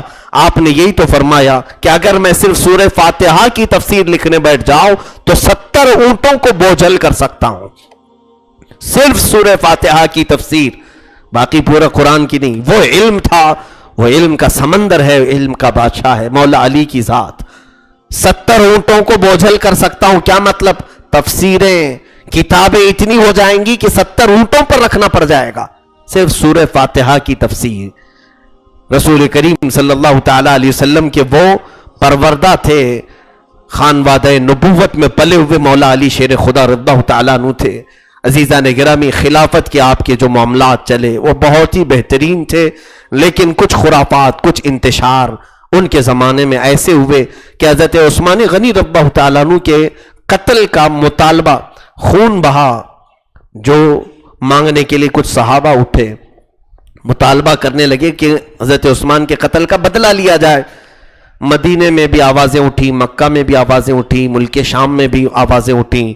یہی وجہ سے کچھ 2 جنگیں ہو گئی، جنگ جمل اور جنگ صفین، جس کی وجہ یہی بنی کہ بعض صحابہ، وہی سبائی فتنہ جو عبداللہ بن سبا نے فتنہ کھڑا کیا تھا، انہوں نے خون عثمان کا بدلہ لینے کے لیے جگہ جگہ ہنگامے کی، احتجاجات جو پروٹیسٹ ہوتے ہیں۔ حضرت علی فرما رہے تھے کہ ابھی یہ وقت نہیں ہے بدلہ لینے کا، اس میں بہت سارے ایسے لوگ شریک ہیں جن کو ہم پہچانتے نہیں، اور بہت سارے ایسے لوگ ہیں جو اسلام کو بازیچے اطفال بنائے ہوئے ہیں، بچوں کا کھیل بنائے ہوئے ہیں، بڑا انتشار ہو جائے گا۔ لیکن حضرت علی رضی اللہ تعالیٰ عنہ کو جو مقابلہ تھا وہ اندر سے بھی تھا، باہر سے بھی تھا۔ کچھ خارجی ہو گئے۔ خارجی کون؟ جو حضرت علی کو کافر کہتے تھے۔ اس زمانے میں ایک جماعت نکلی جو خوارج کہلاتی ہیں، ان سے بھی حضرت علی نے جہاد کیا ہے، ان کو مار کر کے بھگایا ہے۔ جنگ نہروان اسی جنگ کا نام ہے۔ خارجی ایک جماعت نکلی، پھر شیعہ ایک جماعت نکلی۔ ان تمام فتنوں میں جو ہے اسلام کو بڑا نقصان پہنچانے کی یہودیوں نے بہت کوششیں کی۔ 4 سال کے بعد حضرت علی کرم اللہ وجہہ الکریم کوفہ میں اپنی دارالخلافہ میں تھے، وہاں پر مسجد میں نماز کے دوران عبد الرحمن ابن ملجم نام کا ایک خبیث خارجی حضرت علی رضی اللہ تعالیٰ عنہ کو، اس نے صبح کے وقت جب آپ لوگوں کو جگایا کرتے تھے، لوگوں کو اٹھایا کرتے تھے فجر کی نماز کے لیے، اس وقت آپ کو اس نے شہید کیا خنجر مار کر۔ حضرت علی رضی اللہ تعالیٰ عنہ کوفہ میں شہید ہوئے۔ یوں سمجھیں کہ علم کا ایک پہاڑ، علم کا ایک سورج غروب ہوا، آسمان ولایت کا ایک چمکتا ہوا چاند اچانک غروب ہوا۔ کوفہ کی سرزمین پر یہ ہولناک حادثہ پیش آیا، لیکن حال یہ تھا کہ خارجیوں کی شورش بڑی ہوئی تھی، آپ کی لاش کو بھی چھپانا پڑا۔ صحابہ جو اس وقت موجود تھے انہوں نے آپ کی لاش کو چھپایا، یہاں تک کہ بعض روایات یہ بتاتی ہیں کہ ایک اونٹ پر رکھ کر کے آپ کی لاش کو جنگل کی طرف بھیج دیا گیا، وہ اونٹ غائب ہو گیا، چلا گیا آپ کی لاش مبارکہ کو لے کر۔ وجہ یہ تھی کہ خارجی آپ کی لاش کے ساتھ بھی بے حرمتی کرنے کی کوشش کر رہے تھے کہ آپ کی لاش مبارکہ، آپ کے جسم پاک کے ساتھ بھی بے حرمتی کی جائے۔ پھر بعض روایات میں یہ ملتا ہے کہ کئی دنوں کے بعد وہ اونٹ ایک جگہ بیٹھا ہوا ملا، آپ کا جسم مبارک اسی طرح تر و تازہ تھا، اسی طرح تر و تازہ تھا۔ تو جو قریب کے لوگ تھے انہوں نے اٹھایا اور پھر اس جگہ پر دفن کیا جس جگہ کو آج نجف اشرف کہا جاتا ہے. نجف یہ عراق کا ایک علاقہ ہے جہاں مولا علی شیر خدا رضی اللہ تعالیٰ عنہ دفن ہیں وہ ہمیشہ کے لیے. لیکن ہم سنیوں کا یہ عقیدہ ہے مولا ہمارے جہاں پر بھی دفن ہو ہماری محبت ان کے ساتھ ہے. مزار مبارک جہاں پر بھی ہو، بلکہ میرے عزیزوں صرف ہم ان کے ناموں سے اپنی تسبیحاں پڑھتے ہیں، ان کے نام سے ہم اپنی دعاؤں میں اللہ کی بارگاہ میں وسیلہ طلب کرتے ہیں. مولا علی شیر خدا رضی اللہ تعالیٰ عنہ کی جتنی بھی تعریف کی جائے وہ کم ہے. آپ کو اللہ تعالیٰ نے کمالات جو عطا کیے تھے، قوت کے اعتبار سے، علم کے اعتبار سے، تقوی کے اعتبار سے، ہر چیز میں آپ بے مثال بادشاہ تھے. آپ نے تقوی و طہارت پر ایسی ایک مثال قائم کی. صحابہ اکرام رضوان اللہ علیہم اجمعین فرماتے مولا علی شیر خدا جب نماز کے لیے آتے تھے تو آپ کا رنگ پیلا پڑ جاتا تھا، اذان سنتے ہی چہرہ پورا زرد ہوتا تھا اور لوگ دیکھتے کہ ان کے جسم کے رونگٹے بالکل کھڑے ہو جاتے تھے اذان کی آواز سے. یہ خشیت کا عالم تھا، خوف کا عالم. لوگ پوچھتے کہ آپ اذان اور نماز کے وقت ایسے کیوں بدل جاتے؟ حضرت علی کہتے لوگ بادشاہوں کے سامنے کھڑے ہونے سے ڈرتے ہیں، میں بادشاہ اعظم کے سامنے کھڑے ہونے سے خوف نہ کروں. رب ذوالجلال کی بارگاہ میں جانے کا وقت ہوتا ہے، اس لیے مجھے کپ کپی طاری ہو جاتی ہے. رب تبارک و تعالیٰ مجھے کس کیفیت میں دیکھ رہا ہے. آپ کا خوف بھی ایسا تھا. ایک بار قبرستان میں گئے، سلام کیا زور سے. آپ کے ساتھ حضرت سعید ابن مسیب تھے. انہوں نے کہا کہ ہم نے دیکھا حضرت علی نے سلام کیا، تھوڑی دیر کے بعد قبروں کے پاس کان لگا کر کھڑے رہے. حضرت سعید کہتے مجھے لگا حضرت علی قبر والوں سے کچھ سن رہے ہیں. تھوڑی دیر کے بعد میں نے حضرت علی کا چہرہ دیکھا تو داڑھی پوری آنسوؤں سے تر تھی، اتنا رو رہے تھے. پوچھا کہ مولا علی سے کیا آپ نے دیکھا قبر والوں سے؟ کہا اے سعید میں نے ان کو سلام کیا تو انہوں نے سلام کا جواب دیا. میں نے ان سے پوچھا کہ اے قبر والوں کیا حالت ہے تمہاری؟ تو قبروں والوں نے کہا علی ہماری حالتیں مت پوچھو، ہمارے وہ چہرے جن کو ہم آئینوں میں گھنٹوں سجایا کرتے تھے مولا نے ان چہروں پر بچھو چھوڑ دیے ہیں. ہمارے بالوں میں پیپ آ چکے ہیں، ہماری ناک سڑ چکی ہے، ہمارے دانتوں پر کیڑے مکوڑے لگا دیے گئے ہیں، ہمارا پیٹ پھٹ کر بدبو پیدا کر رہا ہے. رب تعالیٰ نے ہمارے پورے جسم کو کیڑوں کی غذا بنائی ہے. وہ بیان کرتے جا رہے تھے. حضرت علی فرماتے ہیں سعید ان کی باتیں ایسی دردناک تھی کہ اگر دیکھنے کو وہ کیفیت مل جائے تو کوئی دنیا میں زندہ بھی نہیں رہے گا، وہ ہیبت سے مر جائے گا قبر کے حالات سے. مولا علی شیر خدا رضی اللہ تعالیٰ عنہ کثرت سے روتے تھے اپنی قبر کو یاد کر کے. اے میرے عزیزو، جس کو اللہ کے رسول نے دنیا میں جنت کی بشارت دی، جن کو اللہ کے رسول نے ولایت کا سردار کہا، جن کو اللہ کے رسول نے اسد اللہ کہا، اللہ کا شیر کہا، جن کو اللہ کے رسول نے اپنی بیٹی نکاح میں دی، وہ علی قبر سے ڈرتے ہیں. ہمیں کیا ہو گیا؟ ہمارے اندر تو خوف نام کی کوئی چیز ہی نہیں ہے. ایسے اتراتے ہوئے غرور و گھمنڈ سے ہم ناچتے ہیں. نمازیں تو اتنی ہماری گئی ہوئی ہے. ارے میاں عزیزو، مولا علی شیر خدا رضی اللہ تعالیٰ عنہ کی پوری زندگی پاک میں ایک نماز قضا نہ تھی، وہ بھی ایک نماز جس میں رسول پاک صلی اللہ علیہ وسلم آپ کے زانوں پر سر رکھ کر سو رہے ہیں. عصر کا وقت ہے، سورج ڈوبا تو علی کو رونا آ گیا. ہائے میری زندگی میں پہلی نماز جا رہی ہے. حضور پاک عصر کی نماز پڑھ کر آرام کر رہے تھے. حضرت علی نے نماز نہیں پڑھی تھی عصر کی. سورج ڈوب رہا تھا، رونا آ گیا. اتنا روئے کہ حضور کے چہرے پر آنسو گر گئے. سورج غروب ہوا. اللہ اکبر، ہم نے جنگوں میں حضرت علی کو روتے نہیں دیکھا، گھر میں غربت کی وجہ سے روتے ہوئے نہیں دیکھا، چکی پیستی ہوئی فاطمہ کی تکلیف دیکھ کر کے روتے ہوئے نہیں دیکھا. مولا علی کی آنکھوں میں آنسو تھے تو نماز کے قضا ہونے پر تھے. نماز میری چلی گئی. یہ تھا شیر خدا کا تقوی. رسول کریم صلی اللہ علیہ وسلم نے وہ نماز بھی ضائع ہونے نہیں دیا آپ کی، کیونکہ محبت رسول میں قضا کی تھی. اللہ کے حبیب صلی اللہ علیہ وسلم نے اسی وقت سورج کو اشارہ فرمایا، وہ ڈوبا ہوا سورج عصر کے مقام پر آیا. یہ جو میرے آقا کا معجزہ ظاہر ہوا، ڈوبے سورج کو واپس پلٹایا حضور نے. کس کے لیے؟ وہ علی مرتضیٰ کے لیے، شیر خدا کے لیے.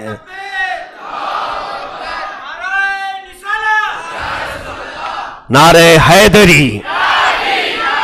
رسول کریم صلی اللہ تعالی علیہ وسلم کے اس سچے جانشین کے تقوی پر میرے عزیز و قربان جاؤ. آج میں آپ کو بیدار کرنا چاہوں گا، ہمارے پاس عمل نام کی کوئی چیز نہیں رہ گئی، ہمارے پاس نمازوں کا ذخیرہ نہیں ہے، ہمارے پاس تسبیح اور تلاوتیں زیادہ نہیں ہیں، ہماری پیشانی تو سجدوں کو ترس گئی ہے. کچھ نہ ہو کر کے پھر ہم جو اتراتے ہوئے گھومتے ہیں، اس عادت میں تبدیلی لاؤ، اس غرور سے باز آ جاؤ. اگر آپ یہ سوچتے ہیں کہ سب بے عملی کرنے کے بعد بھی میرے ساتھ کچھ نہیں ہو سکتا، تو پھر قبر میں جانے کے بعد پتہ چلے گا. رسول کریم صلی اللہ تعالی علیہ وسلم کے متعلق بزرگوں نے فرمایا، قبر میں جانے والا ایک بندہ ایسا بھی ہوگا جب منکر نکیر اس سے تیسرا سوال کر رہے ہوں گے حضور کو دکھا کر کے، ان کے بارے میں تو کیا کہتا تھا؟ ہم تو عاشق رسول ہیں نا، ہم تو محب رسول ہیں نا، رسول پاک کو دیکھ کر کے کہیں گے کہ یہ میرے آقا ہیں. لیکن قبر میں جانے کے بعد بد عمل کے ساتھ کیا ہوگا؟ حضور فرماتے خبردار میرے چہرے کی طرف مت دیکھنا. بزرگوں نے فرمایا ہے حضور یہ بیان کریں گے کہ میرے چہرے کی طرف مت دیکھنا، اس لیے کہ دنیا میں تجھے میرا چہرہ پسند کہاں تھا، تجھے تو دوسروں کا چہرہ پسند تھا. عزیزان گرامی، اس وقت اگر میرے آقا اپنا چہرہ موڑ لے، کس کو بلاؤ گے؟ دعائی کے لیے کس کو بلاؤ گے؟ مدد کے لیے کس کو پکارو گے؟ اسی لیے ہماری زندگیوں کی تبدیلی کی طرف ہم سب کو توجہ کرنے کی ضرورت ہے. نمازیں اتنی ترک نہ کرو کہ تمہارے اوپر نماز جنازہ پڑھ دیا جائے اور تمہاری نمازیں ویسی باقی رہ جائیں. عزیزان گرامی وقار، مولا علی شیر خدا رضی اللہ تعالیٰ عنہ کی اس آخری مجلس میں، خلفائے راشدین کے یہ چوتھے خلیفہ کی آخری مجلس تھی. آپ اس بات کو طے کریں کہ قیامت کے دن جسے علی کے ساتھ اٹھنا ہے اسے نماز کا دامن چھوڑنا نہیں ہوگا، اسے نماز کا دامن پکڑنا ہوگا. اس لیے کہ علی اس کے ساتھ ہوں گے جو نبی کے ساتھ ہوگا، نبی کے ساتھ وفا کیا ہوگا. میرے آقا کی سنتیں جسے عزیز ہیں انشاءاللہ وہ دیکھے گا قیامت کے دن، کیونکہ میرے آقا نے فرمایا المرء مع من احب. قیامت کے دن ہر آدمی اسی کے ساتھ اٹھایا جائے گا جس سے وہ محبت کرتا تھا. تم اگر میرے آقا سے محبت کرتے ہو، دنیا میں ابو بکر، عمر، عثمان و علی سے محبت کرتے ہو رضوان اللہ علیہم اجمعین، تو یقیناً قیامت کے دن جب تم اٹھو گے تمہارے ارد گرد یہی نفوس قدسیہ تمہیں نظر آئیں گی. لیکن محبت صرف زبان کا مطلب نام نہیں ہے، محبت تمہارے جسم پر ظاہر ہونی چاہیے، محبت تمہارے جسم پر ظاہر ہونی چاہیے. ایک 4 دن کی 8 دن کی محبوبہ اگر تمہیں کہہ دے لال کپڑے مجھے پسند ہیں تو تم لال کپڑے پہن لیتے ہو. اگر تمہاری محبوبہ کہہ دے کہ مجھے پنک پسند ہے تو تم نے کپڑے بدل دیے اس کے لیے. جو فانی محبت ہے، مجازی عشق ہے، تم اپنی اس مجازی عشق کے لیے اپنا سب حلیہ بدلتے ہو. اس سے پوچھتے بھی ہو نا کہ تجھے کیسا چہرہ پسند ہے، کون سی غذا پسند ہے، کیا لائک کرتے ہو آپ. سب سے پہلے یہی سارے سوالات ہوتے ہیں، کیوں اسے راضی رکھنے کے لیے. کبھی آپ نے میرے آقا صلی اللہ تعالی علیہ وسلم سے کی متعلق نہیں پوچھا کہ حضور کیا لائک کرتے ہیں، کیا پسند کرتے ہیں، کہ حضور اگر میری طرف دیکھیں تو خوش ہو جائے. عزیزان گرامی، اس فکر کو بھی اپنے اندر گھر کرو، یقیناً کامیابی ہمارے ساتھ ہے. رسول کریم صلی اللہ علیہ وسلم کی نصرت و حمایت ہمارے ساتھ ہے. رسول کریم صلی اللہ تعالی علیہ وسلم کے اس شہدائی مولا علی شیر خدا کو جن لوگوں نے شہید کیا وہ خارجی تھے، ان پر اللہ کی لاکھوں لعنتیں ہوں. جنہوں نے در نایاب کو اس دنیا سے ختم کرنے کی ناپاک کوششیں کی، لیکن حضرت علی کے غم میں ہم ماتم نہیں کرتے، ماتم نہیں کرتے. ایک بات یاد رکھیں، ابھی عاشورہ آنے والا ہے، جگہ جگہ ماتم کے وہ مناظر دیکھنے کے لیے بھی لوگ جاتے ہیں. ماتم دیکھنا ہے، ماتم دیکھ. اور ماتم کرنے والے ایک صاحب ہیں، انہوں نے ہم سے کہا بھی تھا کہ برا کیا ہے اس میں، غم حسین تو منا رہے ہیں ہم، حسین کا غم منانے سے آپ کو کیا تکلیف ہو رہی؟ میاں ہم کو تکلیف کائے کو ہوگی، آپ سینہ ٹھوکیں گے تو آپ ہی کو ہوگی، ہم کو کہاں. ہم کو تکلیف اس بات کی ہو رہی ہے کہ حسین نے کبھی اس بات کا حکم ہی نہیں دیا، نہ ہی اہل بیت نے کبھی حکم دیا. مجھے یہاں وہ بات یاد آتی ہے، ہمارے ماضی قریب کے ایک بڑے عالم دین ہیں شاہ احمد نورانی صاحب رحمۃ اللہ علیہ، آپ سے شیعہ علماء نے کہا تھا کہ مولانا آپ سنی لوگ ہیں، ہم شیعہ لوگ ہیں، دونوں میں سب برابری ہے، سب چیزیں ملتی جلتی. آپ بھی اہل بیت سے محبت کرتے ہو, ہم بھی محبت کرتے ہیں. آپ بھی حسن حسین کو چاہتے. وہابیوں سے ان کی نہیں جمتی, شیعوں کی ہم سے جمتی ہے. کیوں؟ کہ سنی بھی اہل بیت کو اپنا امام مانتے ہیں, ہم بھی امام حسین کو اپنا آقا تسلیم کرتے ہیں. انہوں نے کہا آپ کی ہماری سب جمتی ہے, ایک ہی چیز نہیں جم رہی ہے. شیعہ مولانا نے کہا ہم ماتم کرتے ہیں, آپ نہیں ماتم کرتے. آؤ آپ بھی ایک بار ماتم کر لو, سب ختم ہی ہو جائے گا, اختلاف ہی ختم. ایک بار آپ ہمارے لیے ماتم کر لو غم حسین میں, شیعہ سنی سب برابر ہو جائیں گے. ہمارے علامہ شاہ احمد نورانی صاحب نے جواب دیا تھا, ہاں ہم اس کے لیے بھی راضی, ہم اس کے لیے بھی. سارے اتفاقات ہیں ہمارے اور آپ کے درمیان محبت میں. شرط یہ ہے کہ ماتم کریں گے سینہ آپ کا ہوگا, ہاتھ ہمارا ہوگا. ماتم اس طرح سے کریں گے. اور بزرگوں نے فرمایا ہے کہ ماتم پر دلیل دینے والے بعض لوگوں نے کہا, سیدنا اویس قرنی رضی اللہ تعالیٰ عنہ نے, سیدنا اویس قرنی رضی اللہ تعالیٰ عنہ قرن میں یمن میں جب ان کو خبر ہوئی کہ حضور صلی اللہ علیہ وسلم کے دانت مبارک شہید ہوئے جنگ احد میں, حضرت اویس نے اپنے دانتوں کو توڑ لیا تھا کہ رسول اللہ صلی اللہ علیہ وسلم کے دانت شہید, جبکہ 2 ہی دانت حضور کے شہید ہوئے تھے. اور حضرت اویس قرنی کے متعلق لوگوں نے کہا کہ انہوں نے اپنے منہ کے پورے دانت توڑ لی. تو شیعہ حضرات کہتے ہیں حضرت اویس قرنی جب حضور کی محبت میں اپنے دانت توڑ سکتے ہیں تو ہم سینہ کیوں نہیں مار سکتے حسین کے غم میں. یہ بہت بڑی دلیلیں لاتے ہیں اس طرح. پہلی چیز تو یہ کہ واقعہ جھوٹا ہے. حضرت اویس قرنی کے متعلق ایسا واقعہ جو مشہور ہے اس کی بنیاد ہی نہیں ہے, یہ صحیح روایت نہیں ہے. اگر مان بھی لیا جائے صحیح روایت, تو بزرگوں نے فرمایا مان بھی لیا جائے صحیح روایت تو دلیل دیکھو کیسی ہے. حضور صلی اللہ تعالیٰ علیہ وسلم کے دانت شہید ہوئے تھے. کیا دانت؟ حضرت اویس قرنی نے کیا کیا, حضور کی محبت میں اپنے دانت شہید کیا.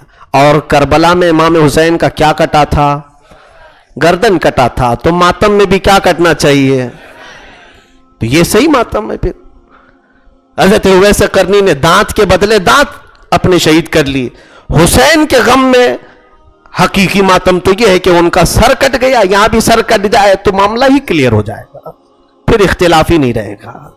عزیزان گرامی, یہ تمام معاملات اس لیے میں نے عرض کیا ہے کہ ہمارے بزرگوں نے فرمایا ہے کہ حسین کے نام پہ ماتم نہیں ہے اہل سنن کا شیوا.